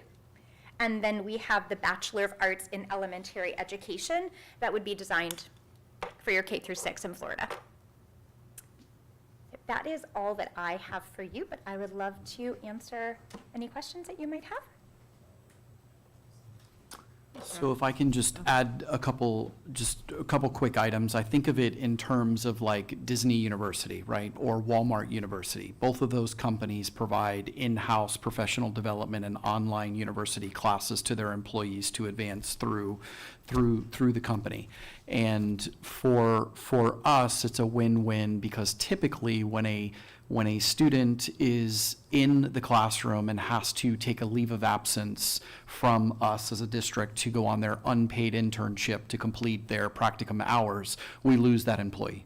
And we have to end up finding a replacement, and oftentimes cannot find a replacement while that employee goes on unpaid leave. So one, the employee who really needs to be making the paycheck is now unemployed for a period of time, scraping by to try to do their internship hours, and 2, we've lost an employee and we can't find a replacement. This would allow that employee to stay in the classroom, continue the work that they are currently doing, continue to get paid, and also then allows them to complete the hours needed for the last 2 years of degree, for the bachelor's degree, and then we would put a parameter in place that this teacher would come back and teach for us for 2 years, sometimes even 3, depending on what the board decided we wanted that to look like. So that partnership if it's an ELL para, or if it's students with disability in an ESE classroom para, their work continues right alongside of those students. It doesn't change, the employee never goes anywhere, and we continue to be able to truly grow our own in the practices and the ways of Martin County versus having them go elsewhere. So I look at it as Martin University. It's powered by Bloomboard. They're the platform that we're using, the mechanism to get there, but the employees are ours, and they are in our instructional environment using our instructional materials and just submitting their assignments as they go. Thank you. Questions? Ms. Roberts? So I want to see if I understand this correctly. So I have my AA degree. I'm working as a para in the district. I sign up to do this program, like maybe one of the 28 that's going to do this. It would normally take me another couple years to get my bachelor's. I'm going to end up having a bachelor's from Lake Erie College in one of those two things. Is everything I do for the next 2 years with artifacts? Or is there a requirement that I'm doing this piece with artifacts and I also have other classes I have to take? That's a great question. Every course is designed the same, that it is a portfolio-based, competency-based program. So a teacher will not move on until he or she satisfies that benchmark, if you will, and demonstrates mastery before they can move on to the next topic, so to speak. So that's it. And then are we expecting me, the para who has my AA degree, who would take 2 years to do this otherwise, are we expecting me to get my bachelor's in 2 years? The program is designed to be about 2 to 2.5 years. It really is dependent. It could be longer. It really depends upon, like I said before, with the whole idea that we aren't going to come in and implement what we want.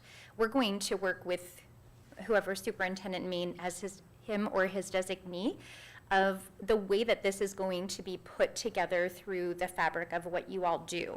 So if it works out that they can get it done in 2.5 years, that's great. If it takes a little bit longer, that's fine also. And then what's the capacity? I know that the price is $255, which I'm assuming that's $255 for a year. So Or is it $255 to get 28 people through correct. So the 2 years? What do you? right. So that price that is there, the comprehensive price, I believe, is that for 15 educators to do 2 years, well, to do their whole program. If it takes them 2.5 years, it's still the same price. That is the comprehensive price for 15 people. It is 80, depending upon, right now we have a tiered pricing.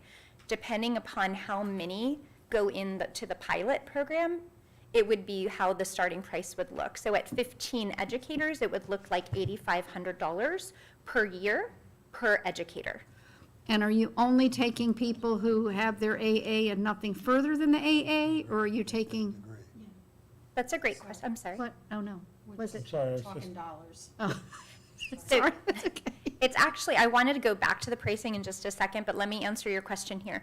That's a great question, and we did talk about that with Ms. Sessa and also Ms. Armstrong.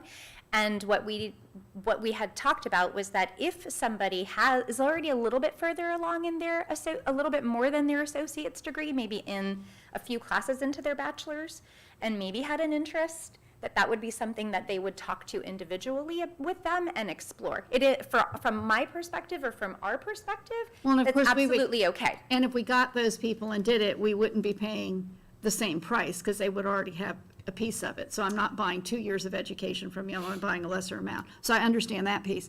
And obviously, this would need to be bargained by both units, correct?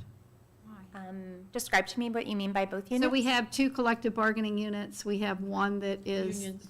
that's the para side and the other one that's the teacher side. Sure. So that would have to be bargained with both. Has anybody looked into the mentoring money, like the money that Greg was talking about? Why would that have to be bargained? Well, because because understand. it's conditions of work, so I mean, Their basically, they're opting, so it would be, if I'm a paraprofessional and I opt to go back to college and finish my 2 years elsewhere, let's say, I'm continuing to work with the school district. None of their conditions of work within the classroom or scope of work or what they're doing as a para is changing, other than they may be documenting what they're doing. The assignments are not, I could be wrong. But I think it is changing, because when she's talking and she's saying that it's going to be designed, so let's say we're both paras, you're a para and I'm a para, and you join into the program, the things that you need to collect as artifacts are in specific modules, for example. So the things that you have to do may be somewhat different than what I have to do. Is that correct? If you're both in the program, you'll do. No, Okay. I'm not in the But if program, you're just a para, she is. you do your usual typical, whatever that looks like in a day.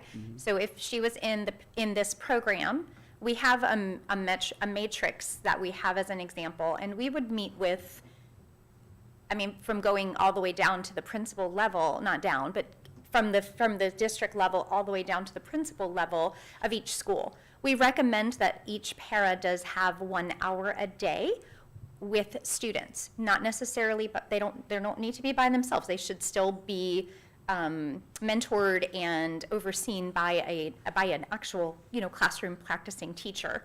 And so they would need to be in a math classroom for certain times during those classes that were designed for math, and they would be in like an English class for other courses. And so they would need about an hour per day. That's about how it works out.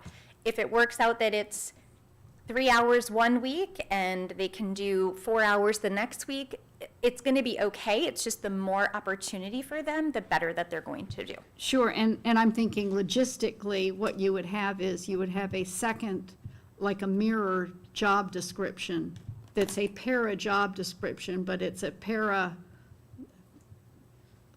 advance, a para plus, or whatever you want to call it. It may be the same pay, maybe same everything else, but her duties have now become a little bit different than mine, because she's in a program where she's got the module, she's collecting artifacts, and she's got requirements of what she does. Is that the way you're envisioning this?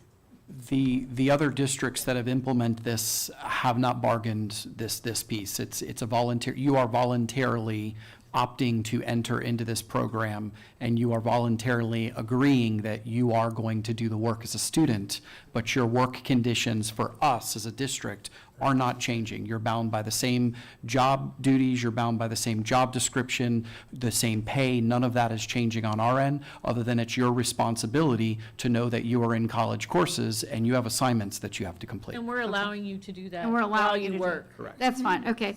And then I know that Mr. Black was talking about mentoring money that's available for teachers that would be mentoring someone in their classroom. So has anybody looked into, or I guess I'm not asking whether you have looked into it. I would assume that we would be looking into that, so that would be, because if we are both classroom teachers and you have a para who's in the program, so you're being required to mentor the para, is different than me not having to mentor a para. And so I would think that there's going to be whatever that piece is that comes A from. lot more money. Currently Yeah. have, Mrs. Roberts, the Martin Mentors Program that's through our professional learning department. So I think we could launch off of that, as well as look at the funding coming forth through what happened with the legislative changes, to see how we might be able to expand that model to work it along with Bloomberg. Yeah, and that's what I would like to do, is to look at the funding that's coming from the state in order to do that, in order to be able to. What are other districts doing? Are they paying the mentor teacher additional dollars? I know Yes, those are- so if you've agreed to be a mentor teacher to one of the Bloom Board participants, you're receiving a mentorship stipend. So is that something that then is negotiated? and Is that bargained? included in the 255? Too? No, because it's not coming from No, them, we would but have to- that's the right, piece, yeah. that would be that would be bargained. That would be But that would be something that Ms. Sessa would have to find out what the available state money is and what that piece looks like, so we would know what parameters we're bargain that under. I mean, that makes, Do we have a, Yeah. Impact is. right.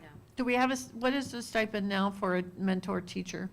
If the Martin Mentors Program, I'm trying to think. I think it's either 500 or 1,000, I'm not exactly sure. Heather had to run home because she didn't have anyone else to continue babysitting. She said, I'm sorry, I can't stay with you guys, so. I think the other piece too is you could, yes, we would bargain that and you would add it as a stipend specifically or supplement specifically, but I also figure that we have team leader allocations as well. And so other duties is assigned, that if you agree that you are going to be a mentor and you are a team leader, which is typically our teacher leaders, that that would come with that additional stipend that you are getting as a team leader. Sure, I to just also be a don't mentor. want to leave any money on the table when there's Absolutely. available Yes, money sure. from the state. Okay, and so then the vision for this would be to have 15 that we're starting, is that the vision? Yeah.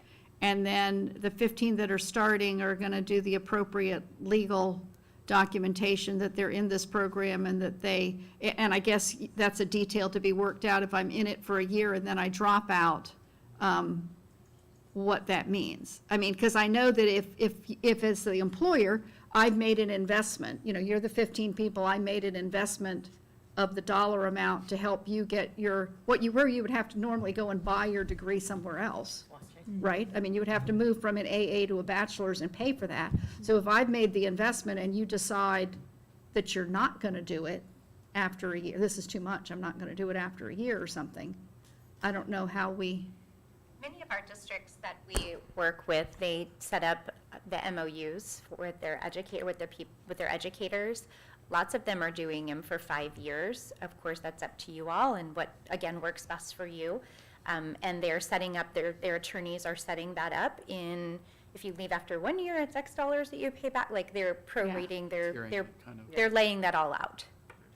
So we don't have a program that does this that doesn't have an MOU set up to protect them. Yeah, now you made me real nervous, because now you made me think that we're going to have to pay $255,000 a year for 5 years to get 15 people through. So I was okay thinking It's not it's 5 years. 200. The 5 years is the retention of the No. employee. The employee They stay with us. They would for have 5 to years. sign a They have to contract. Oh, sign a okay. contract saying they'll stay with us 5 years. Because in actuality, if you think about this, even though it's 15 people, if it's 15 people over a 2-year period, it's 7.5 people per year. So 7.5 people are costing $255,000. $8,500 a month, $8,500 a month? $17,000 a year. $17,000 a year. Per person. Per person is what it comes out to. Well, is for the the 2 conversation years, we were it's having. for the 2 years. That's for the 2 years. Yeah, so it's about 8. Where It's can you go to $8,500 school a year. for that? Well, you can't with the costs of going to No. school. Like, yes, you could go to a public university and just pay tuition, but you gotta could. get there. You gotta get there, you gotta live there, you gotta pay a babysitter, you have to do all the things that, Yep. why people stop. The I other. see a lot of upside. The all other the piece barriers. that I throw out there is the fact that we, on a daily basis, are onboarding people who have never even been to a single classroom to That's learn right. how to teach. They have an advantage. And they're walking out after 4 months, 5 months. And the constant turnover of employees, every one of those employees comes with a dollar amount over their head. So the cost of training them, onboarding them, salaries, all of that, if we put a dollar amount to it and we can have staff do this, you have spent well over $255,000 in multiple employees that have turned over in a 3-month, 4-month period. So, I got the answer with regard to our Martin Mentors program. It's $25 an hour for up to 40 hours for a teacher agreeing to mentor a teacher at their current school site. Per year? Yes. 40 hours per year? Yes, that's what we currently have. That doesn't seem like very much. But I just, I love this. I think that creating using that reflective practice is creating really good teachers. We do similarly in the early learning space, trying to create those teachers that want to go on and be better and do more. And I think it makes them better teachers when they become reflective of their practice. I would even say that to incentivize the 15, that we should offer them a completion bonus. We should offer them something at the end that says, you are you complete this program and we're going to reward you. And I'm not saying it's just a one-time bonus. Obviously, they're going to get a significant increase in their salary. But how are we going to be guaranteeing positions? How are we going to, what's the hiring going to be like when they complete the program? Well, that is actually in some of our affiliate agreements now with both FAU, IRSC, and actually it's in our AFSCME union contract. If we, that we would be looking, assuming there was positions open, budgetary constraints, there's a few caveats, but primarily we'd be looking to place that person in Martin County, and we'd be asking them to agree to the tuition reimbursement as well as agreeing to teach in Martin County. It's kind of a two-way street. And if I can add it all, the enthusiasm is just off the charts. I have principals excited, principals talking about their students that they know that want to become teachers someday, that might do this Indian River State College Promise program, get their 2-year degree, and then come to work for us. And this is a conduit for them to become teachers. So the enthusiasm, I'm getting texts and calls every day. I had 2 people reach me today that thought the board meeting was yesterday going, did it get approved?